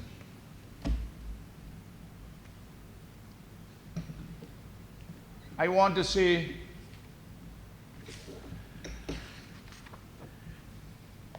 I want to remind everyone the incentives for business,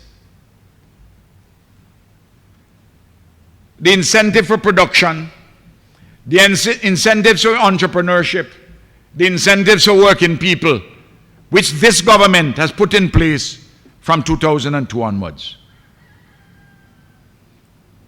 Mr. Speaker, in 2002, these are the 5 incentives. And I want to do 2002 right up to 2012. Honorable members, bear with me. And I want the private sector to be hearing this and the working people to hear it so that they can take advantage of the incentives, because sometimes they forget them. So that when the opposition leader, the honorable leader of the opposition, is speaking about incentives, I'm not talking about something theoretical, something abstract, something airy-fairy. I'm talking about real things, what we have done. In 2002, where we reduced the corporation tax rates.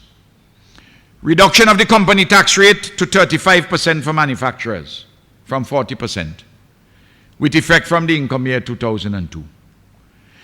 In addition, these manufacturers who export to the non-OECS market obtained additional reductions in tax rates for the chargeable income earned on these exports. We're encouraging manufacturing entities to export. Mr. Speaker, hear what we put in place. The following rates will apply. A, on the chargeable income derived from the local market and from exports to the OECS market, 30%. That's the tax rate. B, on the chargeable income derived from the exports to non-OECS CARICOM market, 25% is the tax rate.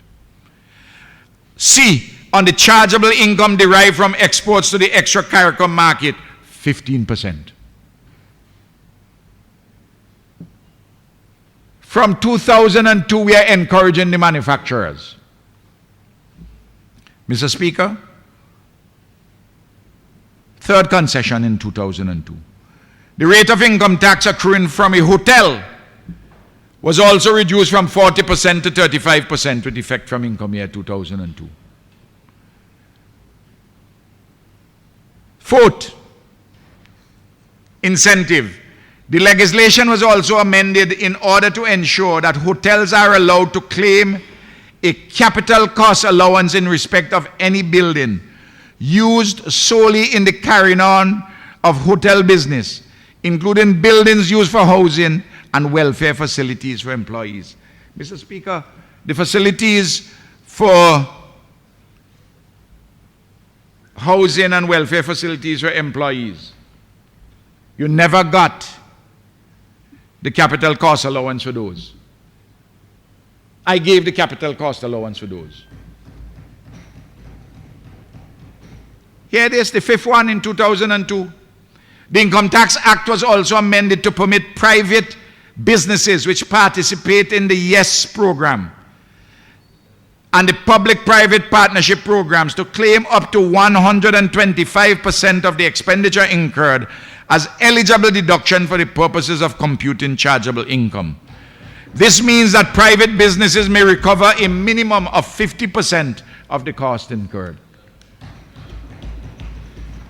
So when the Honorable Leader of the Opposition is talking about giving 100%, employing yes workers, have private people and the government pay them.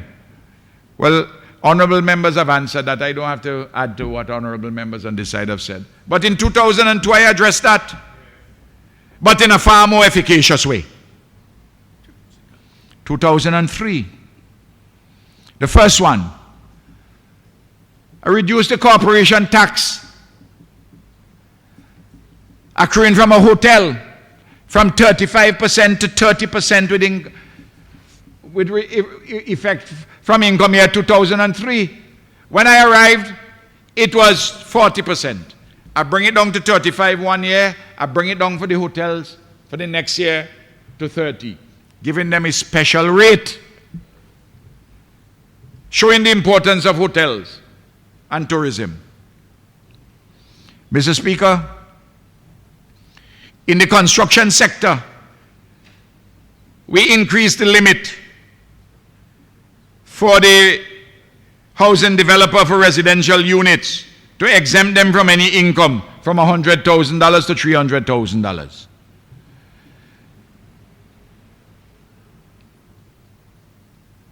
We increased the standard deduction from $12,000 where we met it and carried it to $13,000 in 2003. In 2005, we introduced a business tax credit for qualifying small entrepreneurs in the amount of 25% of the tax payable by the businesses. That's to help small businesses. Mr. Speaker, for older people, pensioners, we amended the Income Tax Act to allow individual pension plans to receive tax treatment similar to those granted to group pensions, to strengthen persons who are retiring and who will go to retirement. Mr. Speaker, we also increased the standard deduction in 2005 from 13,000 to 14,000. In 2007, we brought in the VAT, which all the noise at first, you notice how that simmered down? And people saying that the VAT is the fairest and the best tax because of where we structured it. In 2008, we increased the threshold from 15,000 to 17,000 for workers, and the top marginal rate of income tax was reduced from 37.5% to 35%. Same thing to companies. We amended the VAT Act in 2008 to increase exemptions for a whole range of things. Whole range of things. Dozens of them. In 2009, we went further and reduced the top marginal rate of personal income tax from 35% to 32.5%. So between 2002 and 2009, the top marginal rate for companies was reduced from 40% to 32.5%, and for hotels to 30%. These are incentives real.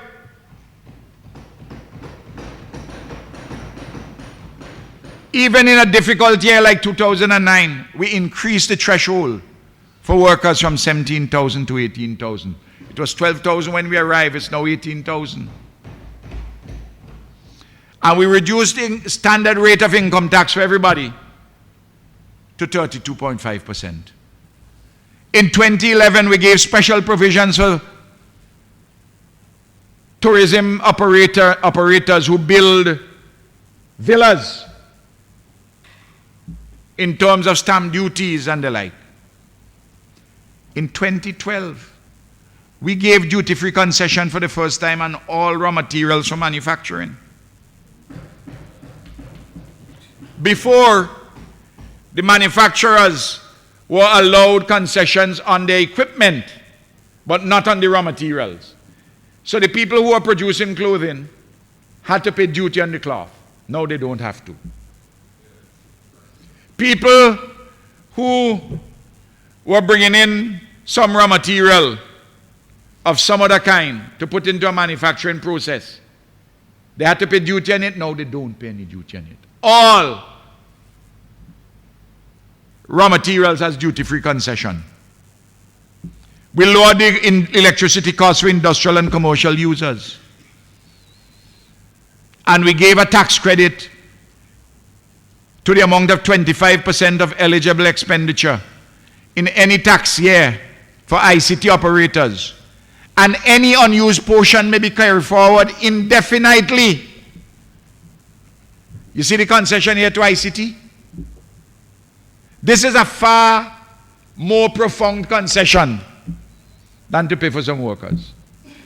You know why? In this way, you prompt people in order to make money and then they get the savings. Rather than pay somebody up front, they make no money and they pull up and they're gone. But you're already in the hole several $1 million. And if you do for one set of people, what about the others? Mr. Speaker, those are the incentives. Mr. Speaker, I don't really want to say anything more about Petrocaribe. I think it is well canvassed by everybody here. And I think they are ashamed, the opposition, as to how this matter has panned out. The international airport, Mr. Speaker, we know the history. I just want to say this. So often, Mr. Speaker, I get letters from entities overseas, people who come here, who invest in. And they say, were it not for the international airport, they wouldn't be investing.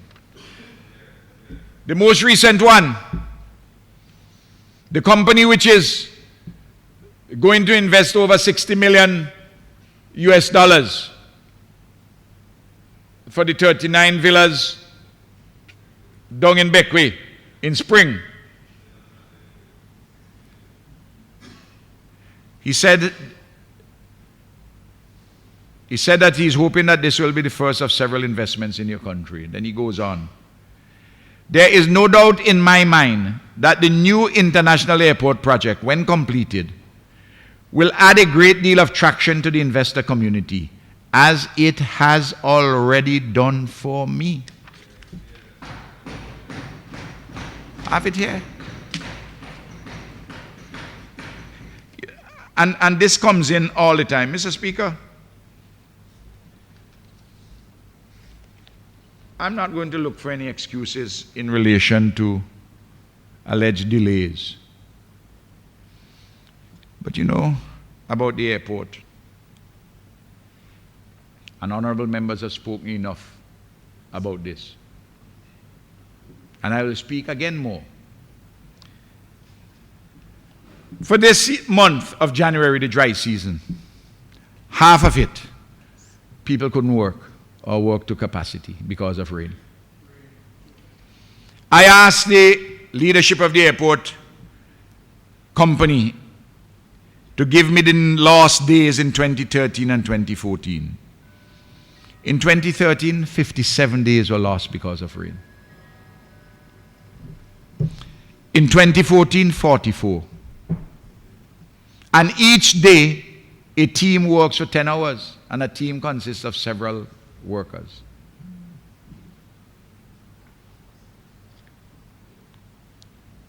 Mr. Speaker,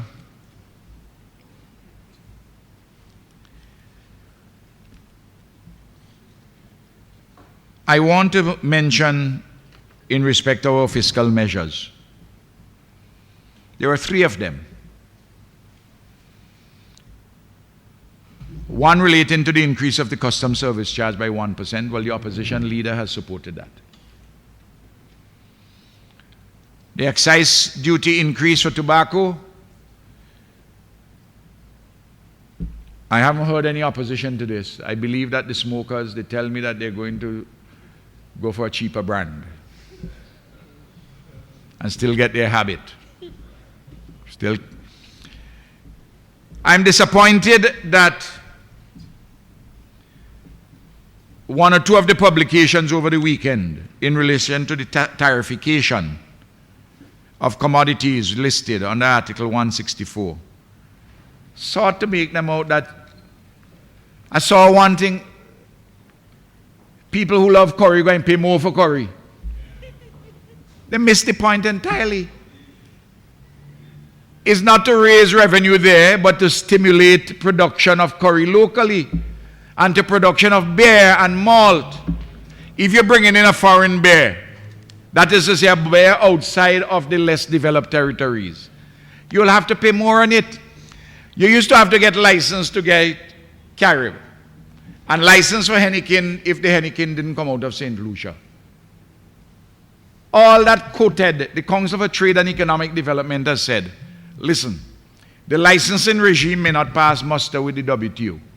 So what we do under our Section 164, we use a tariff. The tariff means to increase the extent of the duty on foreign, non-LDC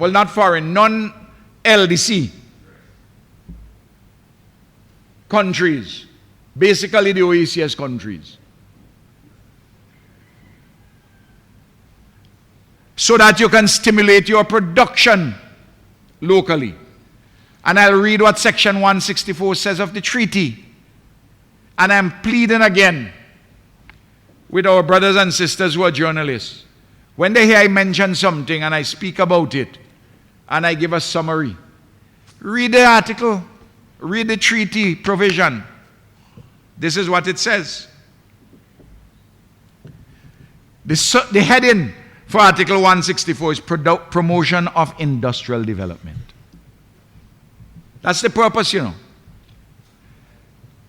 Article 164.1.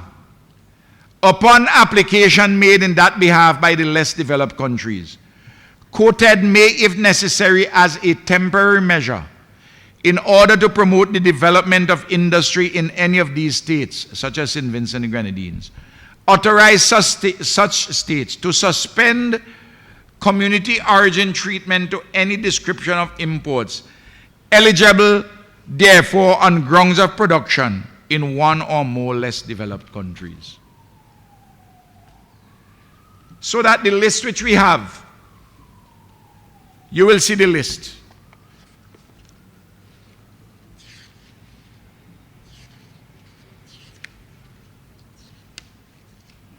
Annex 2 to my speech. They have the description of items. There's a page of them. Aerated waters and other waters, beers, malts, candles of paraffin wax, curry powder, pasta, prepared poultry feed, prepared complete cattle feed, prepared complete pig feed, other prepared complete animal feed, chairs and other seats with wooden frames, upholstered chairs, other furniture of wood and upholstered fabric, solar water heaters, industrial gases, wheat or muslin flour. So we want to encourage the production of these things so that we don't get the Trinidadians with cheap electricity without market us in our own country. But we apply under Section 164 to increase the tariff, because Trinidad is not an LDC, not a less developed country in CARICOM. It's a more developed country. And we get a temporary period in which we will increase the tariffs so that you can produce, you can use your own local commodity. You can still buy the one from Trinidad, you know, but it would be a little more expensive because of the increased tariff. But it's to help the local company. In pasta, for instance, to employ more Vincentians. Mr. Speaker, it has duration of application, years commencing January the 1st for 2013, 10 years. The maximum rates to be applied against an MDC CARICOM countries, those maximum rates are there. And maximum rates to be applied against third countries, that is to say countries outside of CARICOM. The maximum rates are put. We haven't determined yet what the actual rates are going to be. We put the maximum which is allowable under the regulations because there is a discussion which is coming to an end shortly between finance and trade. Because one ministry thinks that the number should go higher, another ministry thinks it should be a little more moderate. And I have to enter the picture now and call a truce in that discussion and to say which rate we are applying. I am allowing the professionals to trash it out. But if they have differences, I have to intervene as the minister and bring an end to those discussions because this matter is not an academic issue. It's not a university seminar for continued discussion. It is a time for decision making to help the producers of these commodities. That's what that is. Mr. Speaker, I want to address some real bread and butter issues. Jobs. Mr. Speaker, let us state the facts.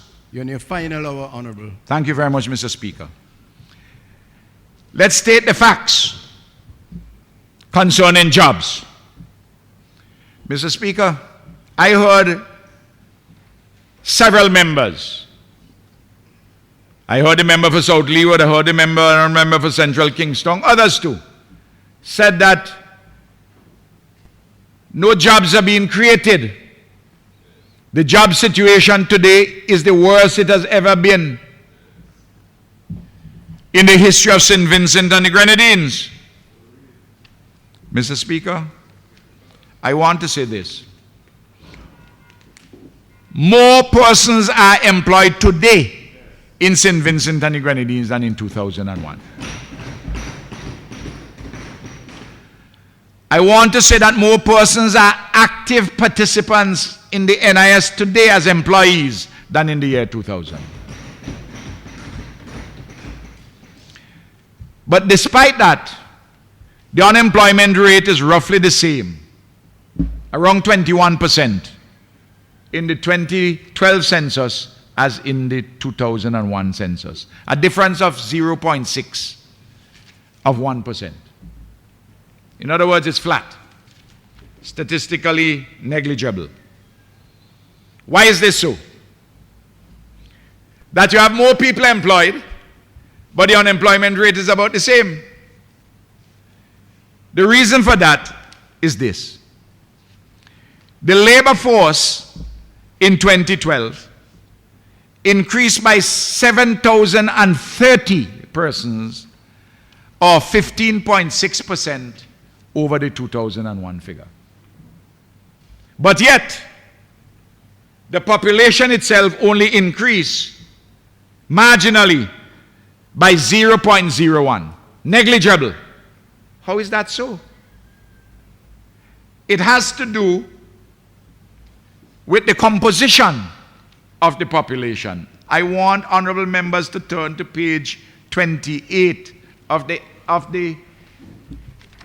annex, the Social and Economic Review, Economic and Social Review.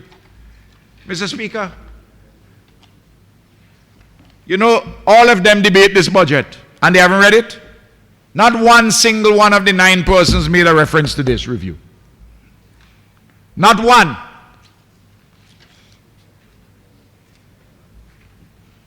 is not only their failure and or refusal to read the Petro-Carib Agreement, which is available online,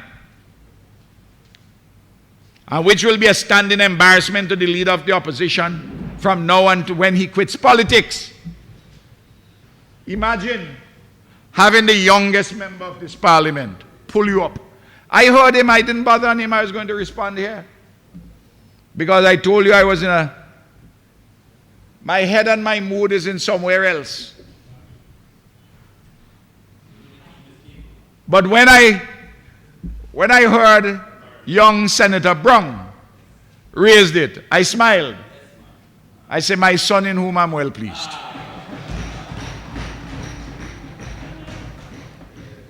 Mr. Speaker, but they didn't read also this.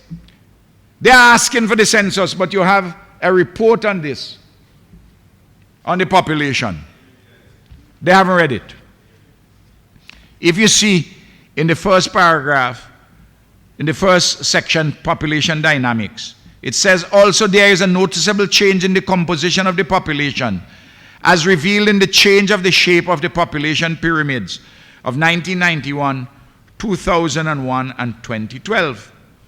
As a result, there is also an increase in the size of the labor force from 52,040 to 52,014, which is 15.6% higher than the figure of 984, in 2001. Why is it that you have a bigger labor force, but yet a population, a bigger labor force by 15%? When you have a marginal increase in the overall population, it has to do with the composition of the population. There are far fewer under 15s and far more over 60s who are also in the labor force. The elderly population over 60 is now 12.6% of the population. So as a result, the pool which is available for working is larger today than in 2001. Mr. Speaker, I hope I've made the point with sufficient clarity. And of that larger pool, we have employed about 6,000 more persons than before. But despite that, the unemployment percentage remained roughly the same, even though the absolute number went up. And what that tells us is that there are certain structural limitations in our economy: size, capital resources, lack of proper infrastructure, airports, and the like. That is why we are building the international airport. That is why we are addressing the energy question with geothermal and solar. By the way, in the speech of the Honorable Leader of the Opposition when he was Minister of Finance in 1999, didn't mention geothermal at all. He talked about wind. Wind and other renewables. But you know, the problem with wind, Mr. Speaker, if I may just divert a little. If you have a capacity of wind of, say, 8 megawatts,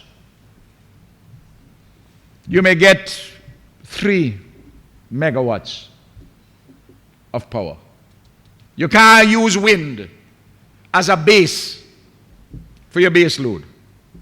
You'd have to still keep a lot of diesel. But the good thing about geothermal, it gives you the 98% base load consistently, not a 30% base load. Solar will give you a 20% of installation, of installed capacity.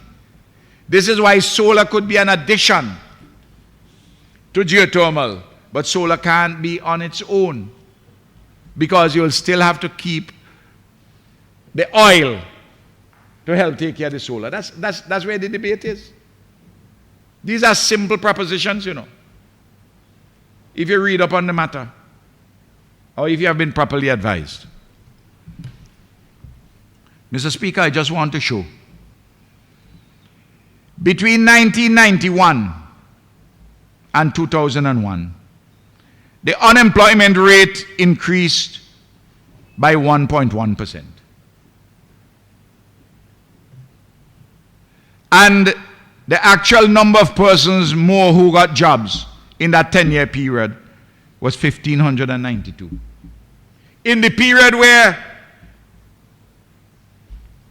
bananas were not as bad, in as bad shape as now, they only could have employed 1,500 persons more when we employ over 6,000. Mr. Speaker, and the record will show from their development plans that they didn't anticipate that they were going to create jobs.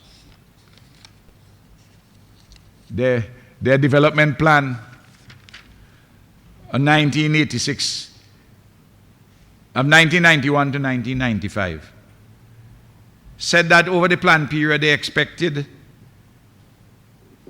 a worsening of the unemployment situation. Imagine you have a plan and you expect the unemployment situation to be worse. These are not serious people, and they want to come back to government.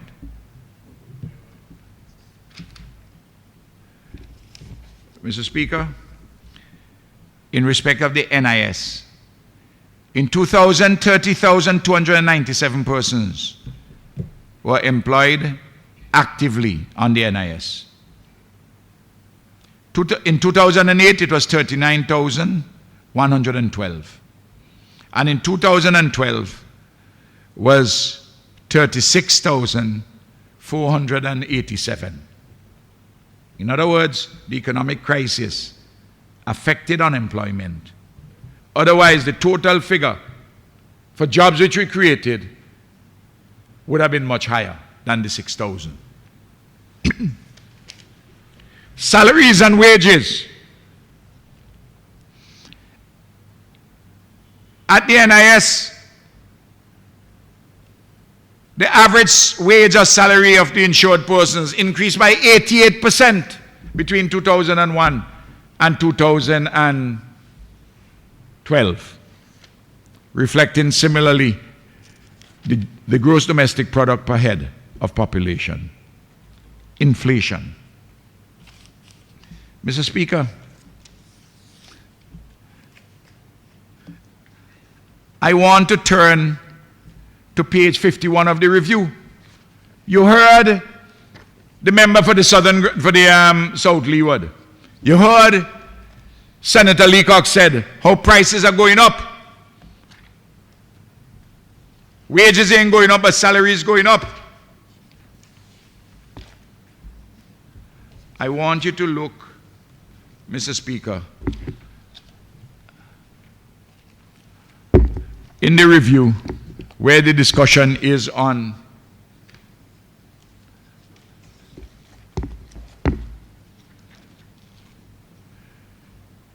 the annex, page 48. You will see January to September 2013, the inflation rate is 1%. But January to September 2014 is 0.1%. But I have the up-to-date figures, Mr. Speaker, for the whole year. But those numbers, the inflation rate is flat every month. I get this. Consumer Price Index Monthly Statistical Bulletin is one of the documents which I pore over, I read. It's a way in which I keep in touch with what is happening to ordinary people up and down the country.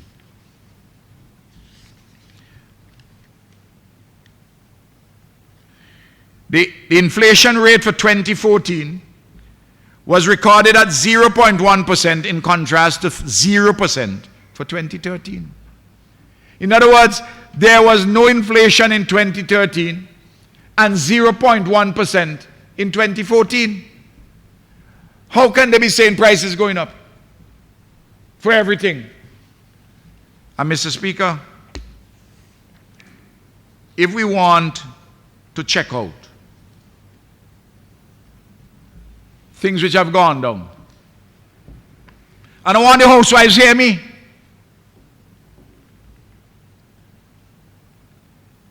chicken leg quarters, 6% down. In December 2013, it was $1.73 a pound. In December 2014, it was $1.65 a pound. All this information comes to me, you know.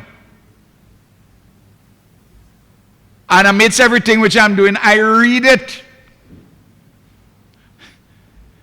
Because I want to know what is happening to the housewives, what's happening to the poor in the country, so that I will do something about it if I have to. Chicken back went down by 4.6%. Chicken wing went up a little. It went up from $4.89 a pound to $5 a pound. Went up by 11 cents a pound. I could tell you all what go up and what go down, you know.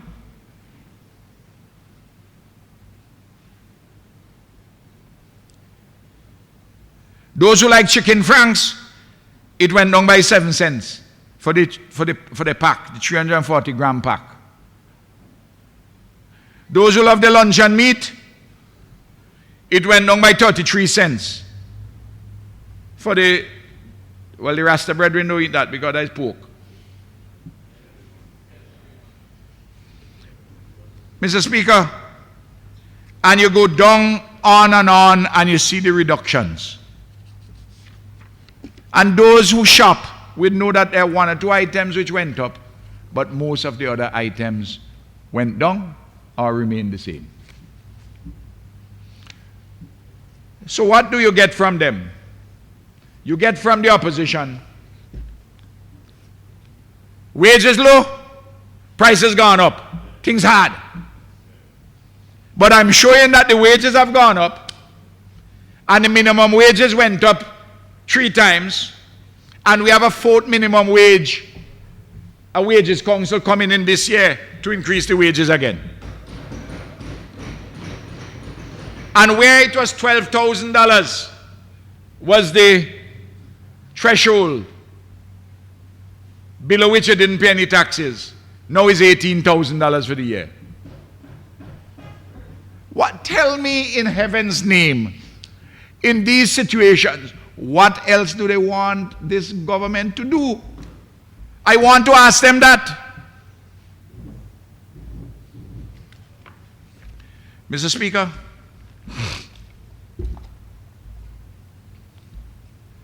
you know what the rate of inflation in Trinidad is at the moment? I just saw it from the central bank. Rate of inflation for last year, just over 8%. And the reason for that is because you have a high demand in Trinidad. For instance, labor costs are rising in Trinidad because of fewer workers. And because of distortions in the labor market with the DUDE program and all that. Mr. Speaker, social protection. I'm dealing with real issues, you know. How do we protect the persons? As the Honorable Senator Thomas said, there is a good story to tell. There is good news to be told. There is good news. There is good news when we go to church and we hear about the redemption. But there is good news with the government, how it is performing in the earthly city. Good news. Mr. Speaker, in the year 2000, there were 2,954 pensioners. In 2013, it increased by 3,449, so you have 6,403 pensioners now. At the NIS in 2000, the average pension was $44 per week. In 2013, it's $114.48 a week. That's an increase of $70.48 or 160%. We had pension increases in 2002, 2005, 2008, and this year, last year, 2014. The minimum pension at the NIS moved from $50 per week to $70. I'm dealing with things which are real, which touch people. Public assistance. Mr. Speaker, first of all, I don't know which budget these guys read, that you ain't taking care of the poor. I want honorable members to look at the functional classification on Roman numerals 2 for the recurrent expenditure. $82.062 million for social protection out of a recurrent budget of $675 million, over 12%, 12.5% or thereabouts. In any language, that is big money. Mr. Speaker, as the Honorable Member, the Honorable Minister for Social Development told us, you had nearly 6,000 persons on public assistance. Almost half of them are children or students. Significant increase over 2001. They're asking us to reduce the number of people on public assistance.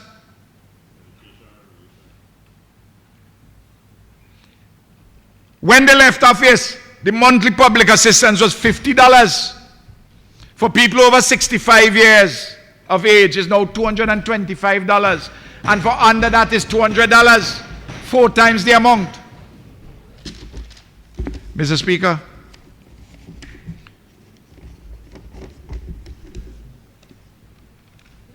in the year 2000, expenditure on social welfare was below $10 million. It's now $17.5 million. There was no home help for the elderly. We have it now. Nearly $1 million with 85 home helpers with 350 clients. The YES program, 500 youths, $2.7 million. They didn't have that. The SET program, $1.7 million this year. Petro-Carib money, 115 or so persons, and a new set coming on shortly.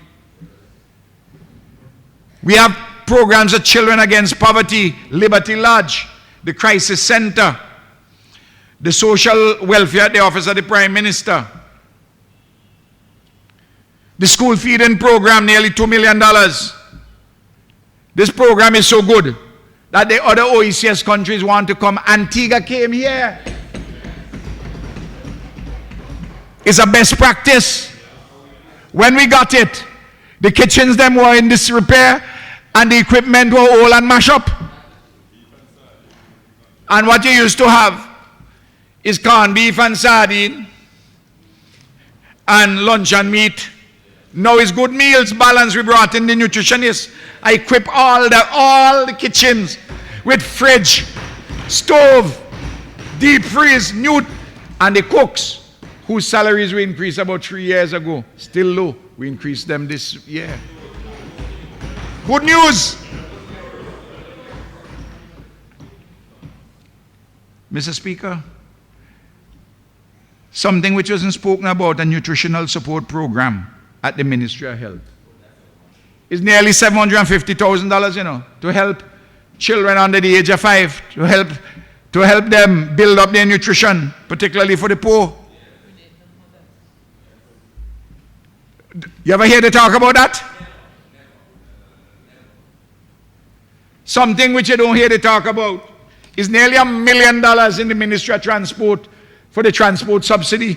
So when they write the kind of things they wrote about transport from fancy, the people who are using the transport know what they are talking about is plain untruth.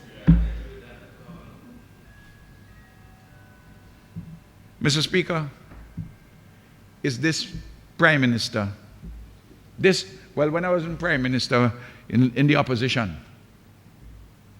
is I forced them to give minibus operators who transport school children 75% duty, you know. When I bought my Mitsubishi vehicle, the SUV, I didn't take any duty-free concession, you know. I say, I will only take it when you give the minibus operators who transport school children the duty-free concession. I embarrassed them into giving it. That's the truth. And Mr. Speaker, they're talking about, why should I have things at my office, social welfare and special development projects? Well, you see, this Prime Minister is a man who is rutical. And when the people from all over St. Vincent and the Grenadines come to my office, I don't want to pick up the phone and have to call a permanent secretary and say, help. I go to the cabinet secretary and say, help.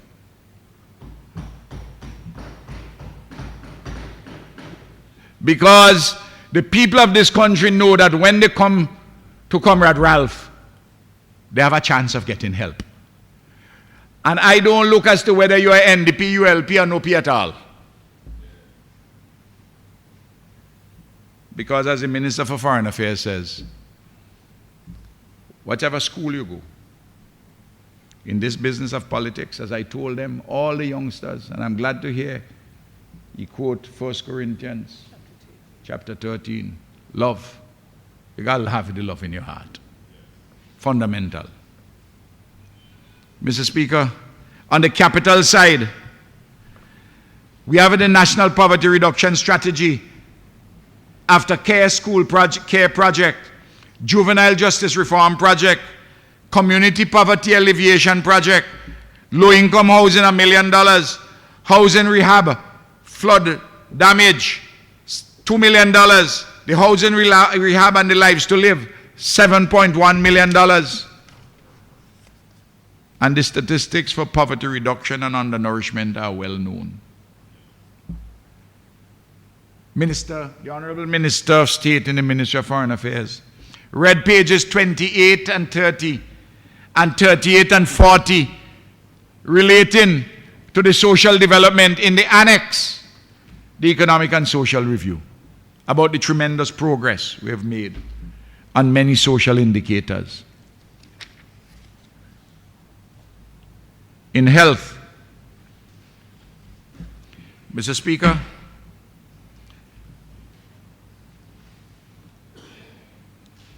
we have told a good story on health in this budget.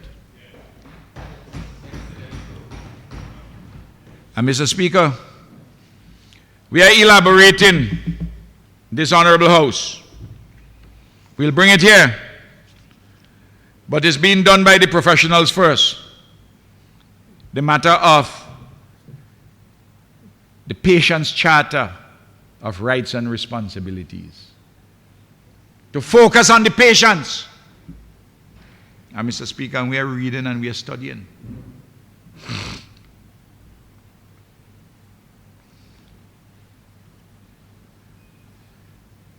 You know,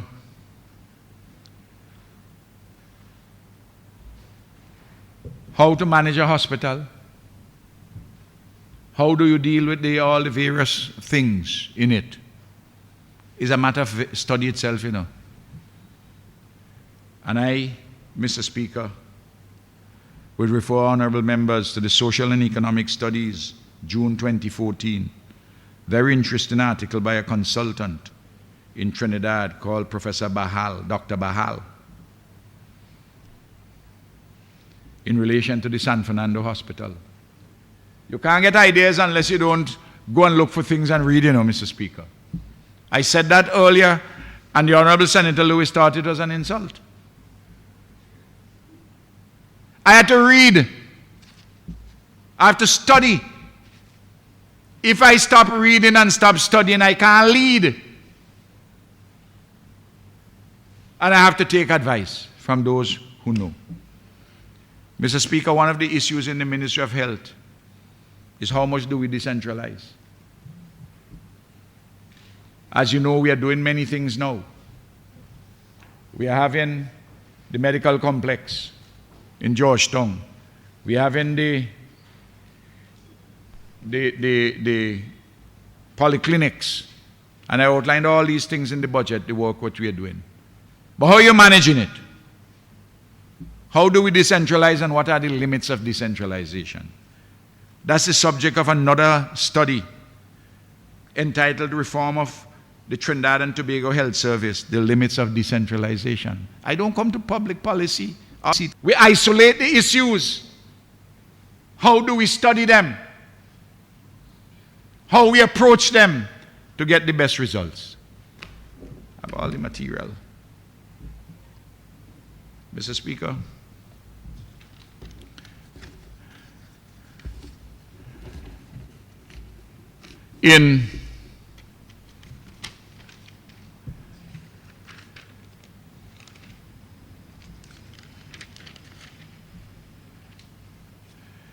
there's a talk about gasoline prices.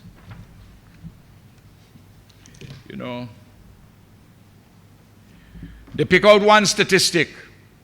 St. Kitts in the month of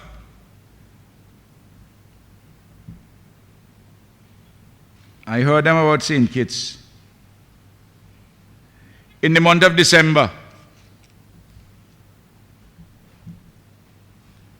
that it was less than St. Vincent.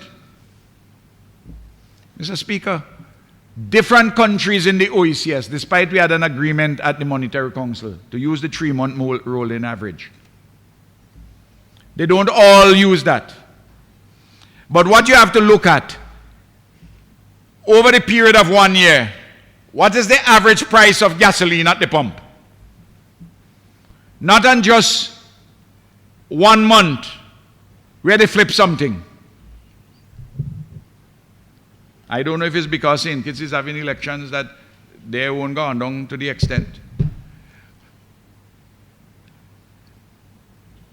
In January last year,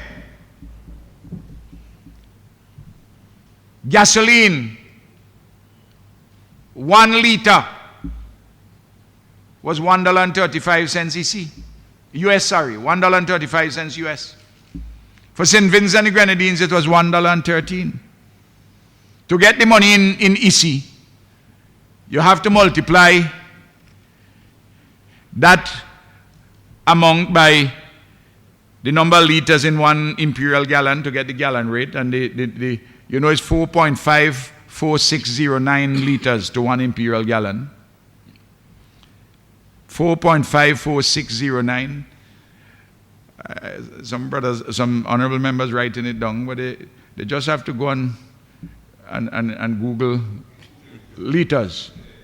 Good conversion, liters conversion, and you'll see it.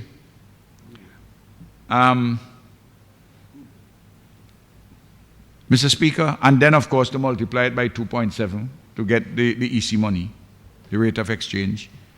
But for the year 2014, I said earlier that the average price of gasoline in St. Vincent and the Grenadines for the whole of 2014 at the pump was cheaper than any other CARICOM country save and except Trinidad and Tobago. It was $14.47 per gallon. Average for the year. 14.47 gallon. The average in liters for the year was $1.18 US. But Antigua and Barbuda was $15.09, Dominica $14.47 like us, Grenada $15.57, St. Kitts $15.09, St. Lucia $16.06, Bahamas $16.92, Barbados gone over the $20 mark, Guyana cheaper than us in average $13.98, slightly cheaper, Jamaica $14.85, Suriname $17.03, Trinidad and Tobago, of course, $5.13 EC a gallon. 1/3 of our own. Well, we know they subsidize that tremendously in Trinidad. Mr. Speaker, and I expect that when we, sometime in the month, maybe the next cabinet meeting, if it's not tomorrow, maybe next week, we will see another memo coming to us from the Ministry of Finance relating to the reduction of fuel. The way we use the 3-month rolling average, Mr. Speaker, is this. We take, say you come in January, we look at November, December, January. That's 3 months. And we take the average of those 3 months to fix the price. When you come into February, we do December, January, February. Why is it that we do a roll in 3 months? You are able to average out the peak and the troughs. There are some countries which change it as it rises and falls for every shipment. We don't do that. Because if you have a shipment during the storm and the price gone up because of the increased transportation, that becomes part of a rolling 3-month average, and if it is so abnormal, we exclude it from the average, and the government will bear the cost of the additional. That is how we do it, which the currency union has accepted this as the way for it to be done. Mr. Speaker, it's amazing, all of them spoke. And I am sure, Mr. Speaker, if I'm wrong about something, what I'm going to say here, I can be corrected. Concerns the bigger bigs issue. Did any one of them mention bigger bigs? Eh? One of them mentioned it. Okay. Well, so tangential it was. And I hope bigger bigs understand who are his friends and who want to use him for as political ballast. Mr. Speaker, last week I had a meeting with Bigger Biggs and his family, and his children came there also with other persons. I received a letter yesterday dated the 28th of January. I'd like to read it. Dear Dr. Gonsalves, it's signed by Fillmore Isaacs, who was there with him, Pastor Providence, and Miss Marlon Mills.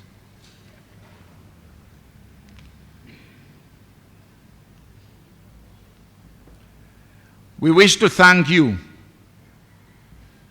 for hosting a meeting on the 28th of January at the Prime Minister's office with Mr. Leon Samuel Bigger Biggs and his 3 children, Senator Julian Francis, and the persons undersigned in attendance, when we discussed in principle the restoration of Bigger Biggs Trucking and Blocks Construction Company operations at Raboka. We were particularly pleased that you met with us even in the midst of a very busy schedule that day, with the budget address to be delivered in the House of Assembly later in the afternoon. We consider that the discussions were quite meaningful in outlining the direction to be taken in respect of the restoration process. Your commitment on behalf of the government to facilitate technical and financial support towards achieving these objectives, including the necessary approvals to commence mining operations at Raboka, was very encouraging. Can't be otherwise. I have never acted in relation to Bigger Bigs other than on a technical level. I have never been political in relation to this matter. I've said so over and over. Coming out of our discussions, we understand that a consensus was reached on Senator Francis's view that there is no requirement for a quarry license to be issued after all, and that this is the correct approach. As we understand it, a quarry license is only required in applications where blasting and the use of explosives are involved, and only in circumstances where the area being mined is declared to be a mining quarry. As Senator Francis aptly pointed out, this was confirmed by Mr. Samuel, the mining operations conducted by Bigger Trucking at Raboka entails only excavation of aggregate, and no blasting of boulders takes place in the course of operations. We also said that if there's any blasting, which would be limited, they will inform us in advance, so we can put necessary things in place. Therefore, the legal and bureaucratic processes involved in declaring the area quarry site, including the measures required to be taken by the operators to facilitate such a process, are entirely redundant.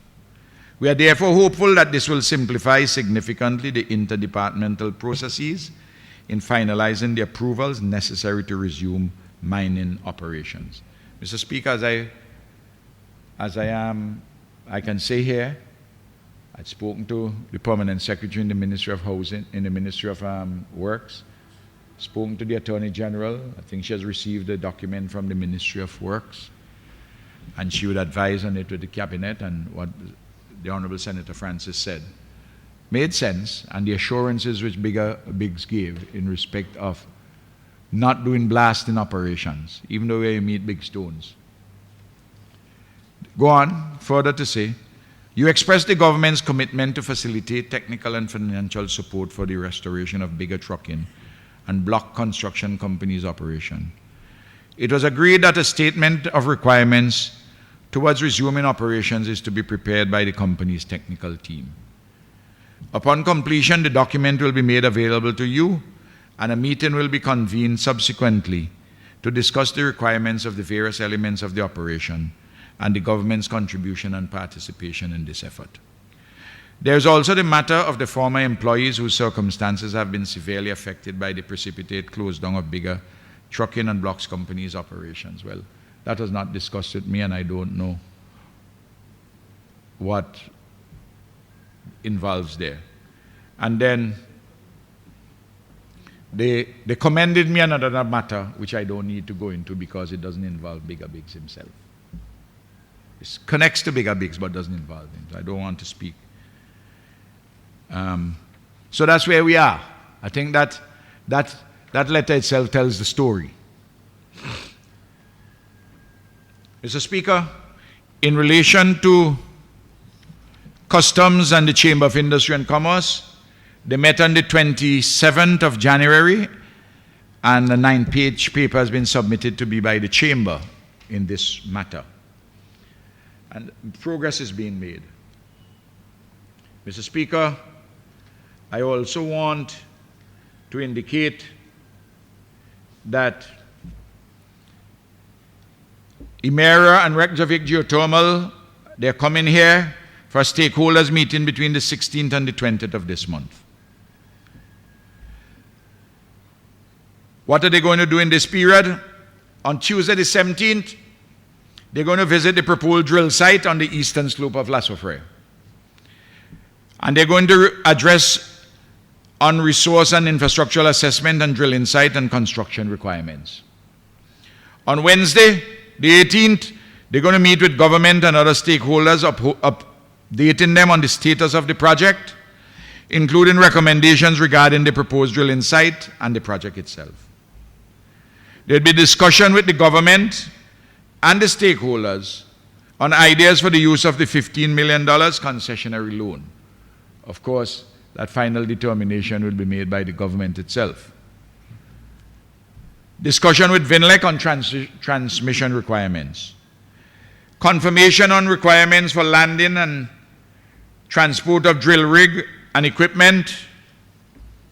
Discussion on the environmental impact assessment progress for drilling. On Thursday, establish requirements for the environmental impact assessment. Prepare plans for the next community meetings and a summary of the visit. And on Friday the 20th, they're going to visit Vinlec's generation and transmission and redistribution distribution systems. And they're going to discuss the operational aspects with Vinlec as well as the transmission and distribution interconnection. So you notice we are moving forward. And in March, they're going to submit the business plan to us, Mr. Speaker. And then before the end of May, we will return to them with something regarding the business plan. So when I hear that they're talking, the opposition that is, and they're poo-pooing even the geothermal. I heard the Honorable Leader of the Opposition said that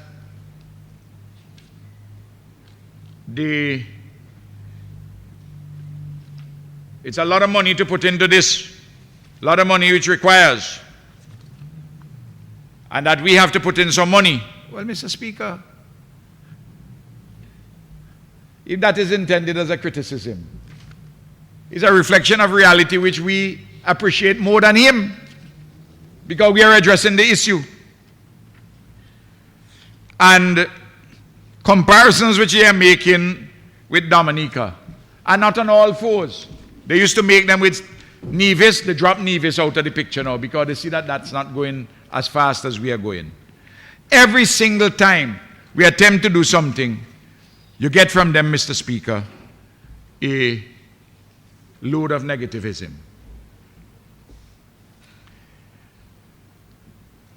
Mr. Speaker, how many minutes I have remaining? 15 minutes. Mr. Speaker, I want to say that the people of this country by now are aware of non-issues by the NDP on an ongoing basis. And the time they spend on nonsensical propaganda. It started, for instance, from the time after 3 years in office when I moved into the Prime Minister's residence. The Honorable Leader of the Opposition was obsessed with that residence. He said, I'm building a swimming pool. Ask the questions about it.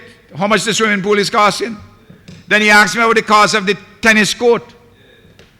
The Honorable Member for Central Kingston, West Kingston, saying how much perimeter lights there are and the electricity bill and why I need all those lights. Mr. Speaker, could you imagine? There's no pool up there, there's no tennis court. And perimeter lights are necessary for safety. Then, the Prime Minister's vehicles. Mr. Speaker, is every 7 years.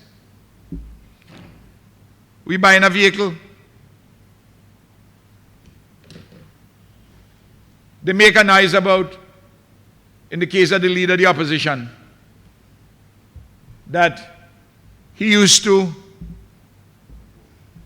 have to push the car. Mr. Speaker, the hubcap used to fall off when I'm in it. Once, it was really embarrassing. I mean, can you imagine that I have inside driving the car with the American ambassador and the hubcap fall off and I hear ting-a-ling, ting-a-ling, it gone in a bush. And I telling the ambassador, Your Excellency, could you come and help me look in the bush for the hubcap? And the next time when I meet my friend Barack Obama, the President of the United States, he said, Ralph, I hear you had a very interesting encounter with my ambassador. Your hubcap fall off and you went to bush to look for it. I mean, these are serious people in the opposition. Mr. Speaker, the vehicle which was purchased, the last one, the Leader of the Opposition was all about saying, it's extravagance. I see no extravagance on the part of the Honorable member for Central Kingston who has bought one, I understand, who is more upmarket than that. I have no, I mean, that's, I mean, perfectly in order. Why do they not just drop these silly things? The Honorable Leader of the Opposition, the Honorable Senator, the Honorable Member for Central Kingston talking about money in the budget for the repairs of the house. It's not my house. If I leave it and it doesn't get repaired, and I have spoken already about things up there which are in such a terrible condition, I would not allow them to happen at my own house. And the money was voted last year and it didn't get to spend. They put it back again. In fact, this is the third year. And there are many things up there which just deteriorating. Then they had this thing about the passport amendment bill. You remember, it's like people tend to forget that now. Big noise. Then it was the Honorable Minister of Foreign Affairs' citizenship. He shouldn't sit here. Big discussion on this matter. When he has done something which none of them would have done. Renounce his citizenship. He's an American citizenship. Though he didn't have to do it. Because he didn't want to pretend as though you have one foot here and another foot over there. The unfounded nature of the corruption allegations, I dealt with those in my budget speech. Without Transparency International has given us a good report. Imagine they had the ridiculous suggestion that we were complicit in Edgar Cruikshank's death. My comrade, his dear wife was here yesterday evening, listening to the debates. Everything is Ralph. They brought in some stuff during the disaster they wouldn't want to do like everybody else and tell Nemo. Nemo doesn't want to distribute them, you know. Just inform Nemo and you say, you give Nemo the list of the people to whom you're distributing. So that Nemo, if they're going to distribute similar stuff, they don't go and let somebody else double dip. Or to allow them to double dip if the circumstances require them to double dip. It's not a matter to stop them. I really am so saddened by all of this. Mr. Speaker, I heard the Honorable Senator Leacock, the Honorable Minister for Central, Member for Central Kingston, spoke about certain open sewage at the back of the nursing school. So, as you would expect, once I heard that, that would be something very serious. So I contacted the CWSA. This is the note which I got from the manager, Garth Saunders. I shared it with the Honorable Member for Central Kingston. Dear PM, CWSA staff have visited 2 locations at Dason Cottage and at Stony Ground and were unable to find any evidence of leak in sewage or septage.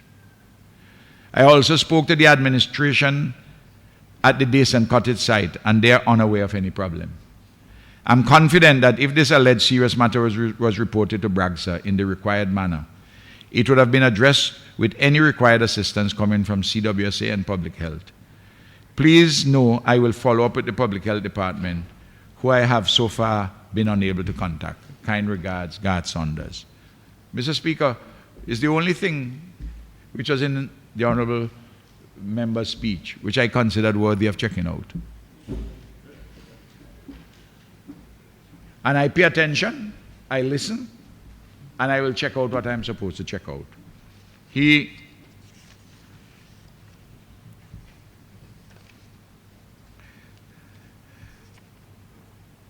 Mr. Speaker,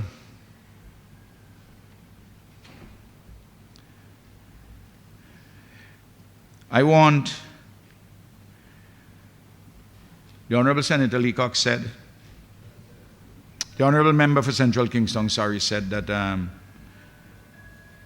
our electricity rates are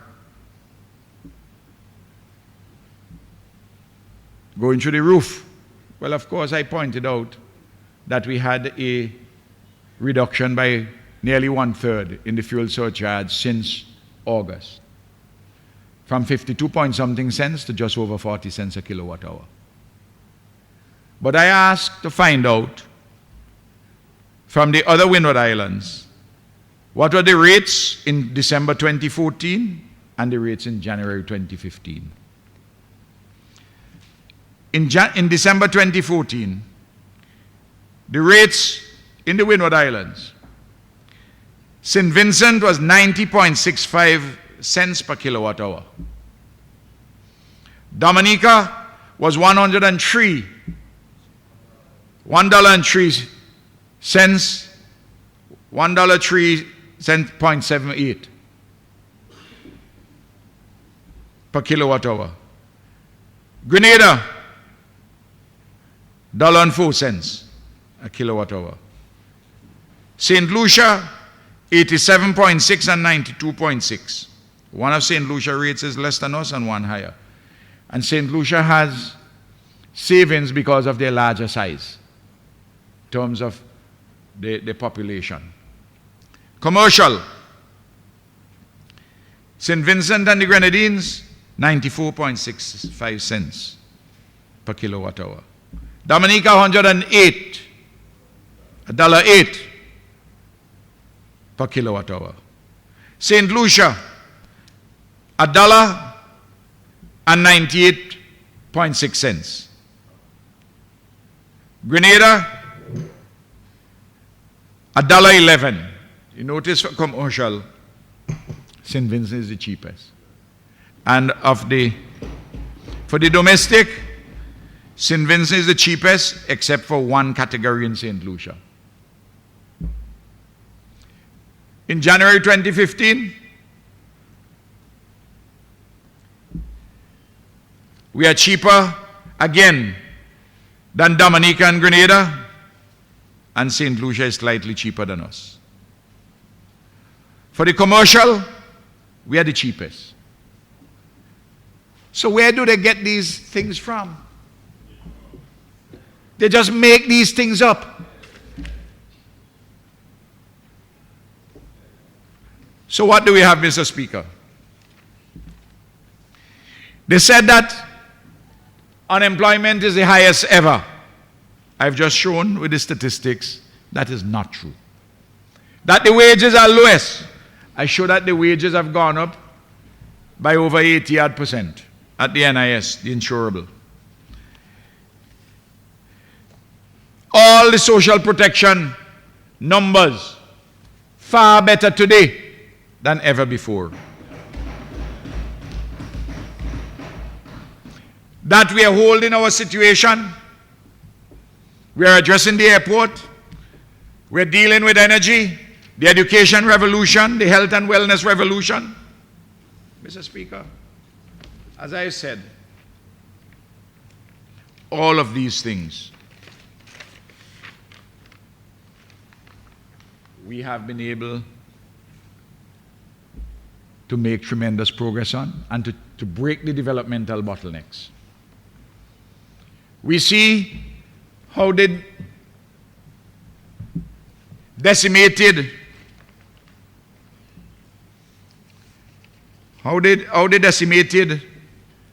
agriculture, and we are holding it steady and bringing it upwards. Mr. Speaker, we see the problem they left us at the cruise ship pier and down at the container port, and we have to remedy those. You see the road program we are doing, unprecedented in this country. And all this is taking place in the context of the worst global economic crisis. Mr. Speaker, the opposition functions in a way. They not only talk things, but they get people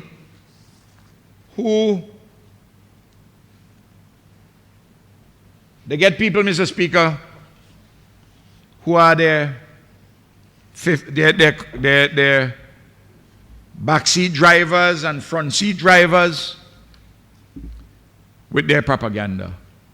You remember just recently, and the press secretary to the Prime Minister might have used some strong language in relation to a particular commentator who was trying to spread fear and alarm in and among the public about Ebola. You notice how that simply died down when the chief medical officer spoke? Just like the confusion they were generating about the Coast Guard until the brave Coast Guard people spoke, and the brave people from Fancy and Oya who dived also spoke. But they were creating pure mischief and fear and alarm. Mr. Speaker,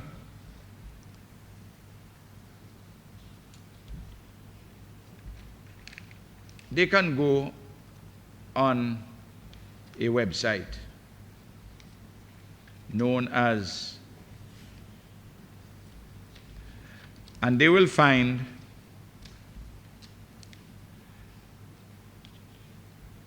a story headed, CARFA praises St. Vincent's response to Nigerian traveler's illness. The Caribbean Public Health Agency, headed by Dr. Hospitalis, a world-renowned man in the area of public health. This is what he says.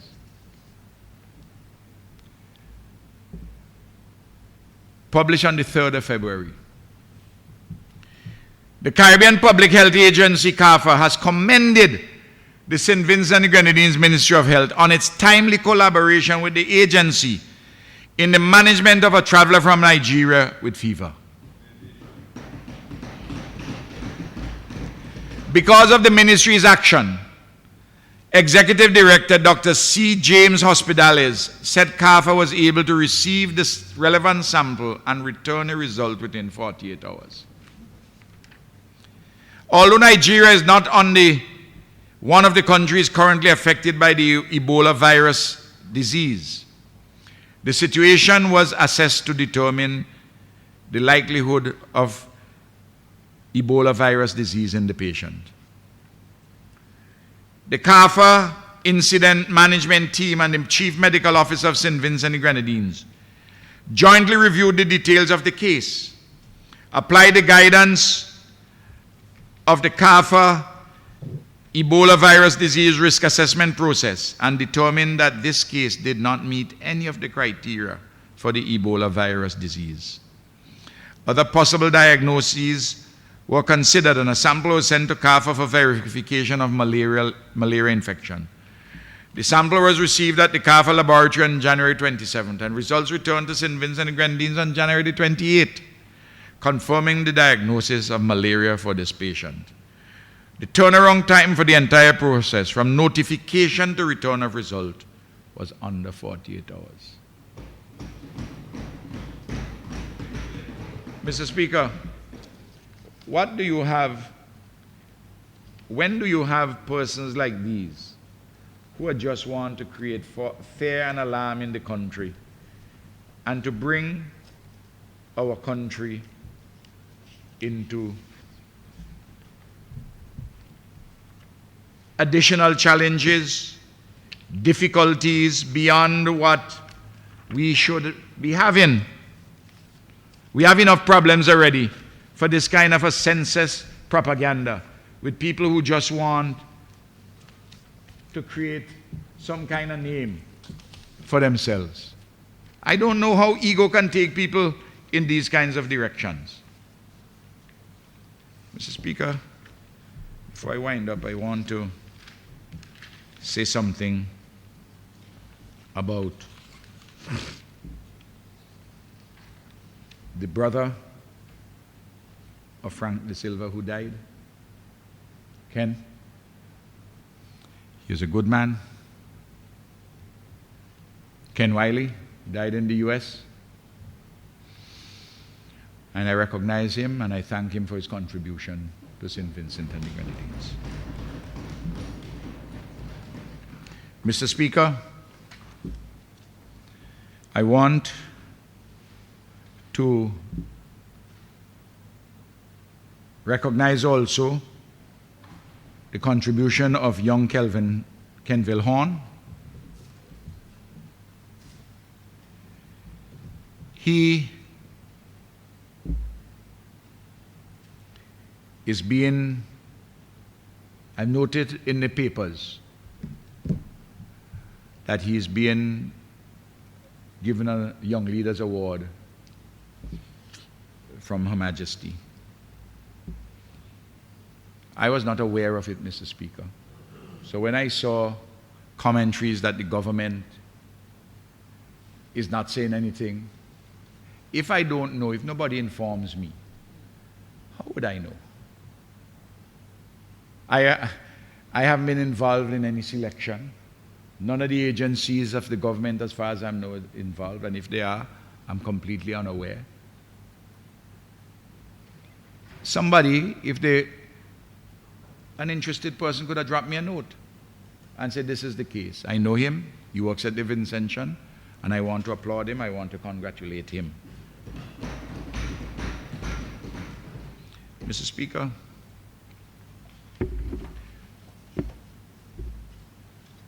I want honorable members to note something. In 1963-64, the national per capita income in US dollars for St. Vincent and Grenadines was $147.06. For St. Lucia was $135.11. For Dominica was $156.25. For St. Kitts, Nevis and Anguilla, $154.84. Antigua and Barbuda, $191.67. No. These are numbers for per capita for a year, annually. Annually in 1963. And Barbados, $246.28. Mr. Speaker, these numbers have increased in every country significantly. But it is interesting that the countries with international airports have had their numbers increased faster because of the opening for services. I make that point to those who want to pour cold water on the international airport. It's happening, it will be open this year.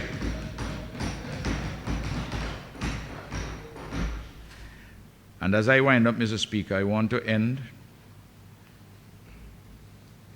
my address as I drew last night to the attention of this Honorable House. This very moving poem, permit me to, by Edward Kamau Brathwaite, which I'll have go to all the students and all the schools. Rock Gutter, St. Vincent 2015. And the tragedy has cast a pall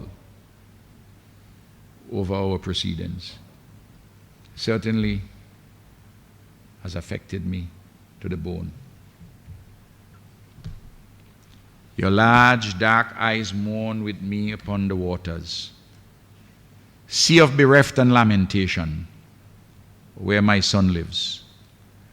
Drowned in the ocean under the villages of Fancy and Owia, where there is no light now, only these cliff black rocks and lonely tears of lime, with 7 children's bodies taken from these tossing leaves of wave and loss. I cannot hold you anymore, my mother, my amore, within this song of grief that cannot print the living back, the ague conch shell filled with moan and stain and lime, and ancient anomie under these graves of time. Speaker, I beg to move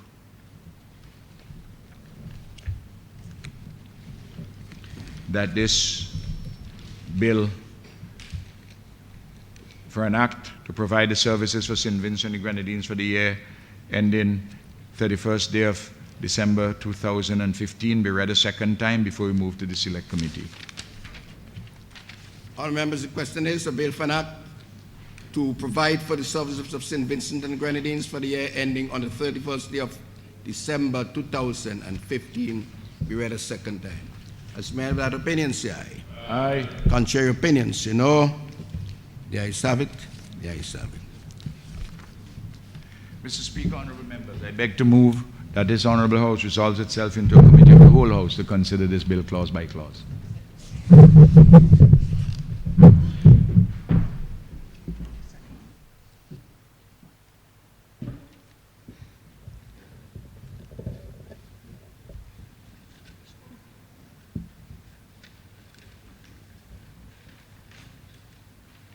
Clause 2, that clause 2 stand part of the schedule.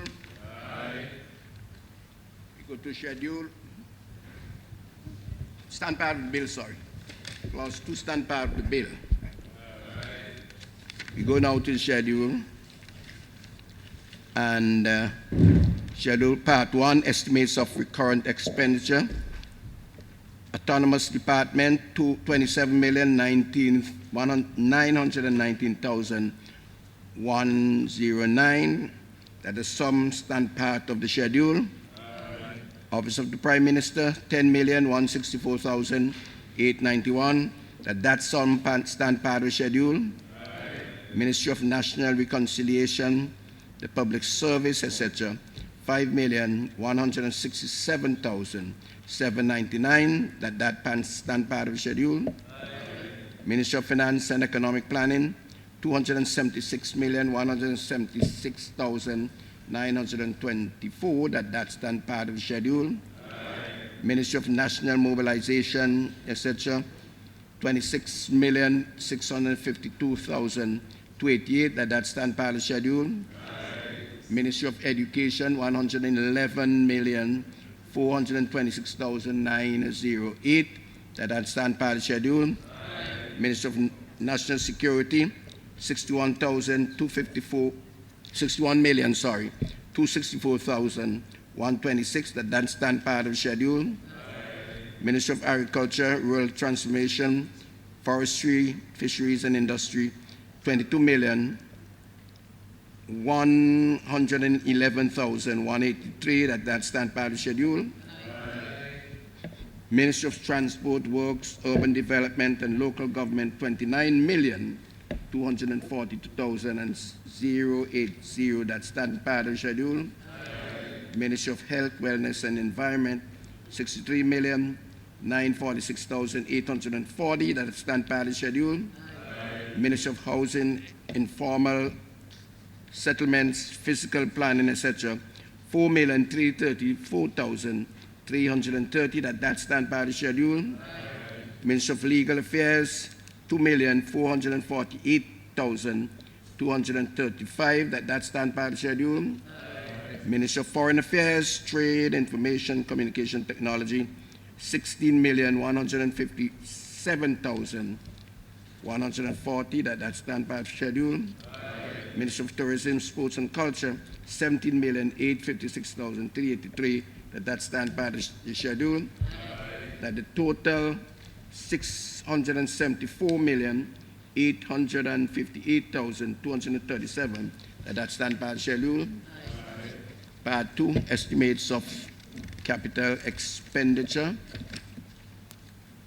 Autonomous Departments, 296,000. That stand part of the schedule. Aye.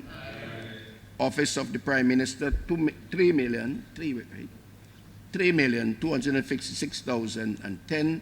That stand part of the schedule. Aye. Ministry of National Reconciliation, the Public Service, etc. 80,010. That stand part of the schedule. Aye. Ministry of Finance and Economic Planning, 30,767,800. That stand part of the schedule. Aye. Ministry of National Mobilization, Social Development, the family, etc., $2,377,020 that stand part schedule. Ministry of Education, $13,032,000 that stand part schedule. Ministry of National Security, etc., $81,763,600 that stand part schedule. Ministry of Agriculture, Rural Transformation, Forestry, Fisheries, and Industry, $20,320,130 that stand by schedule.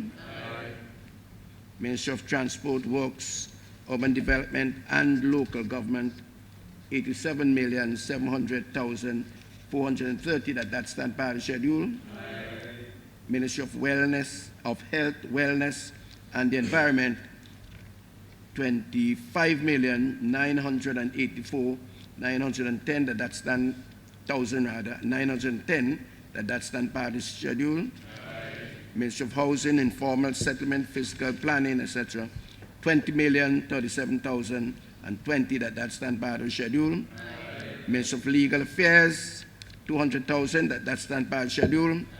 Ministry of Foreign Affairs, Trade, etc., $2,579,400 that stand by the schedule. Ministry of Tourism, Sports and Culture, $7,956,200 that stand part of the schedule. At the total, $296,350,830, 530 that stand part of the schedule.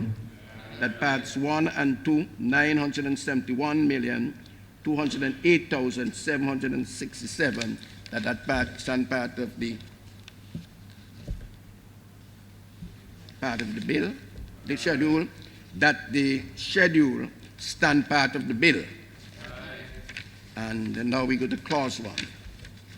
The clause 1, short title, that clause 1 stand part of the bill. Mr. Chairman, I beg to move that the committee rise. House resumes and presiding member report to this honorable House. Honourable members, the question is that the committee rise, House resume, and the presiding member report to this honourable House. As men of that opinion say aye. Aye. Men of the contrary opinion say no. I think the ayes have it. The ayes have it.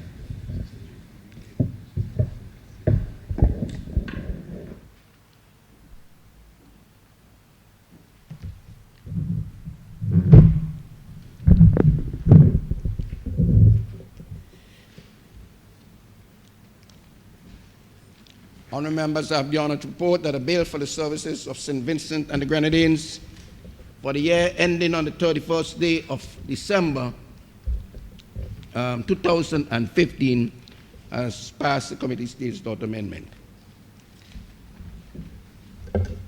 Mr. Speaker, honorable members, I beg to move that a bill for an act to provide for the services of St. Vincent and the Grenadines for the year ending on the 31st day of December 2015 be read a third time by title and passed.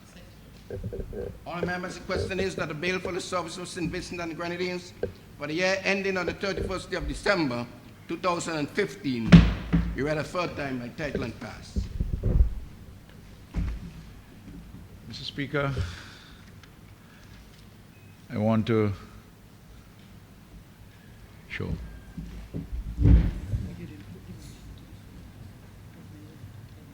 Oh, sorry. As men of that opinion say aye. Aye. Men of the contrary opinion say no. Yes, sorry. Appropriation Act 2015, adjournment. Mr. Speaker, before I move the adjournment, I would like to thank all those who have been involved with us over these last 5 days. Clerk and her staff, the police officers, you, Mr. Speaker, and all honorable members. I'd also like to thank the officials in the Ministry of Finance and Planning, Mr. Jackson and Mr. Edwards and his staff, Mr. Jackson and his staff, and Laura Anthony Brown and her staff, everyone who's been involved in this exercise, those at the Office of the Prime Minister, all the ministries. Mr. Speaker, I just want to indicate to members in this House that yesterday I released, in relation to the monies which have been approved in the estimates, I released $13.5 million for the Argyle International Airport, $2.7 million for the Caratal Bridge and River Defense, $495,000 for the Langley Park River Basin Rehabilitation, $2.2 million for the rehabilitation of the VG Highway, and $1.8 million for the continued rehabilitation of the Morris Village Road. Those are immediate releases which were done yesterday. Mr. Speaker, there have been other releases, but these are the big ones which were done yesterday. I just want to remind all persons that the customs service charge, the new rates are in effect, so that honorable members would be aware and the public would be aware. It doesn't have to await the passage of the provisional collection of taxes order. The date, the customs will inform as per usual. Mr. Speaker, there is a fair amount of legislation which we have in store. I was hoping that we were going to have the legislation relating to the central bank, but we are having the meeting of the Monetary Council on the 24th. So when we approve the legislation there will be enough time before the end of February. The next date which I'm suggesting is the 3rd of March, Tuesday the 3rd of March.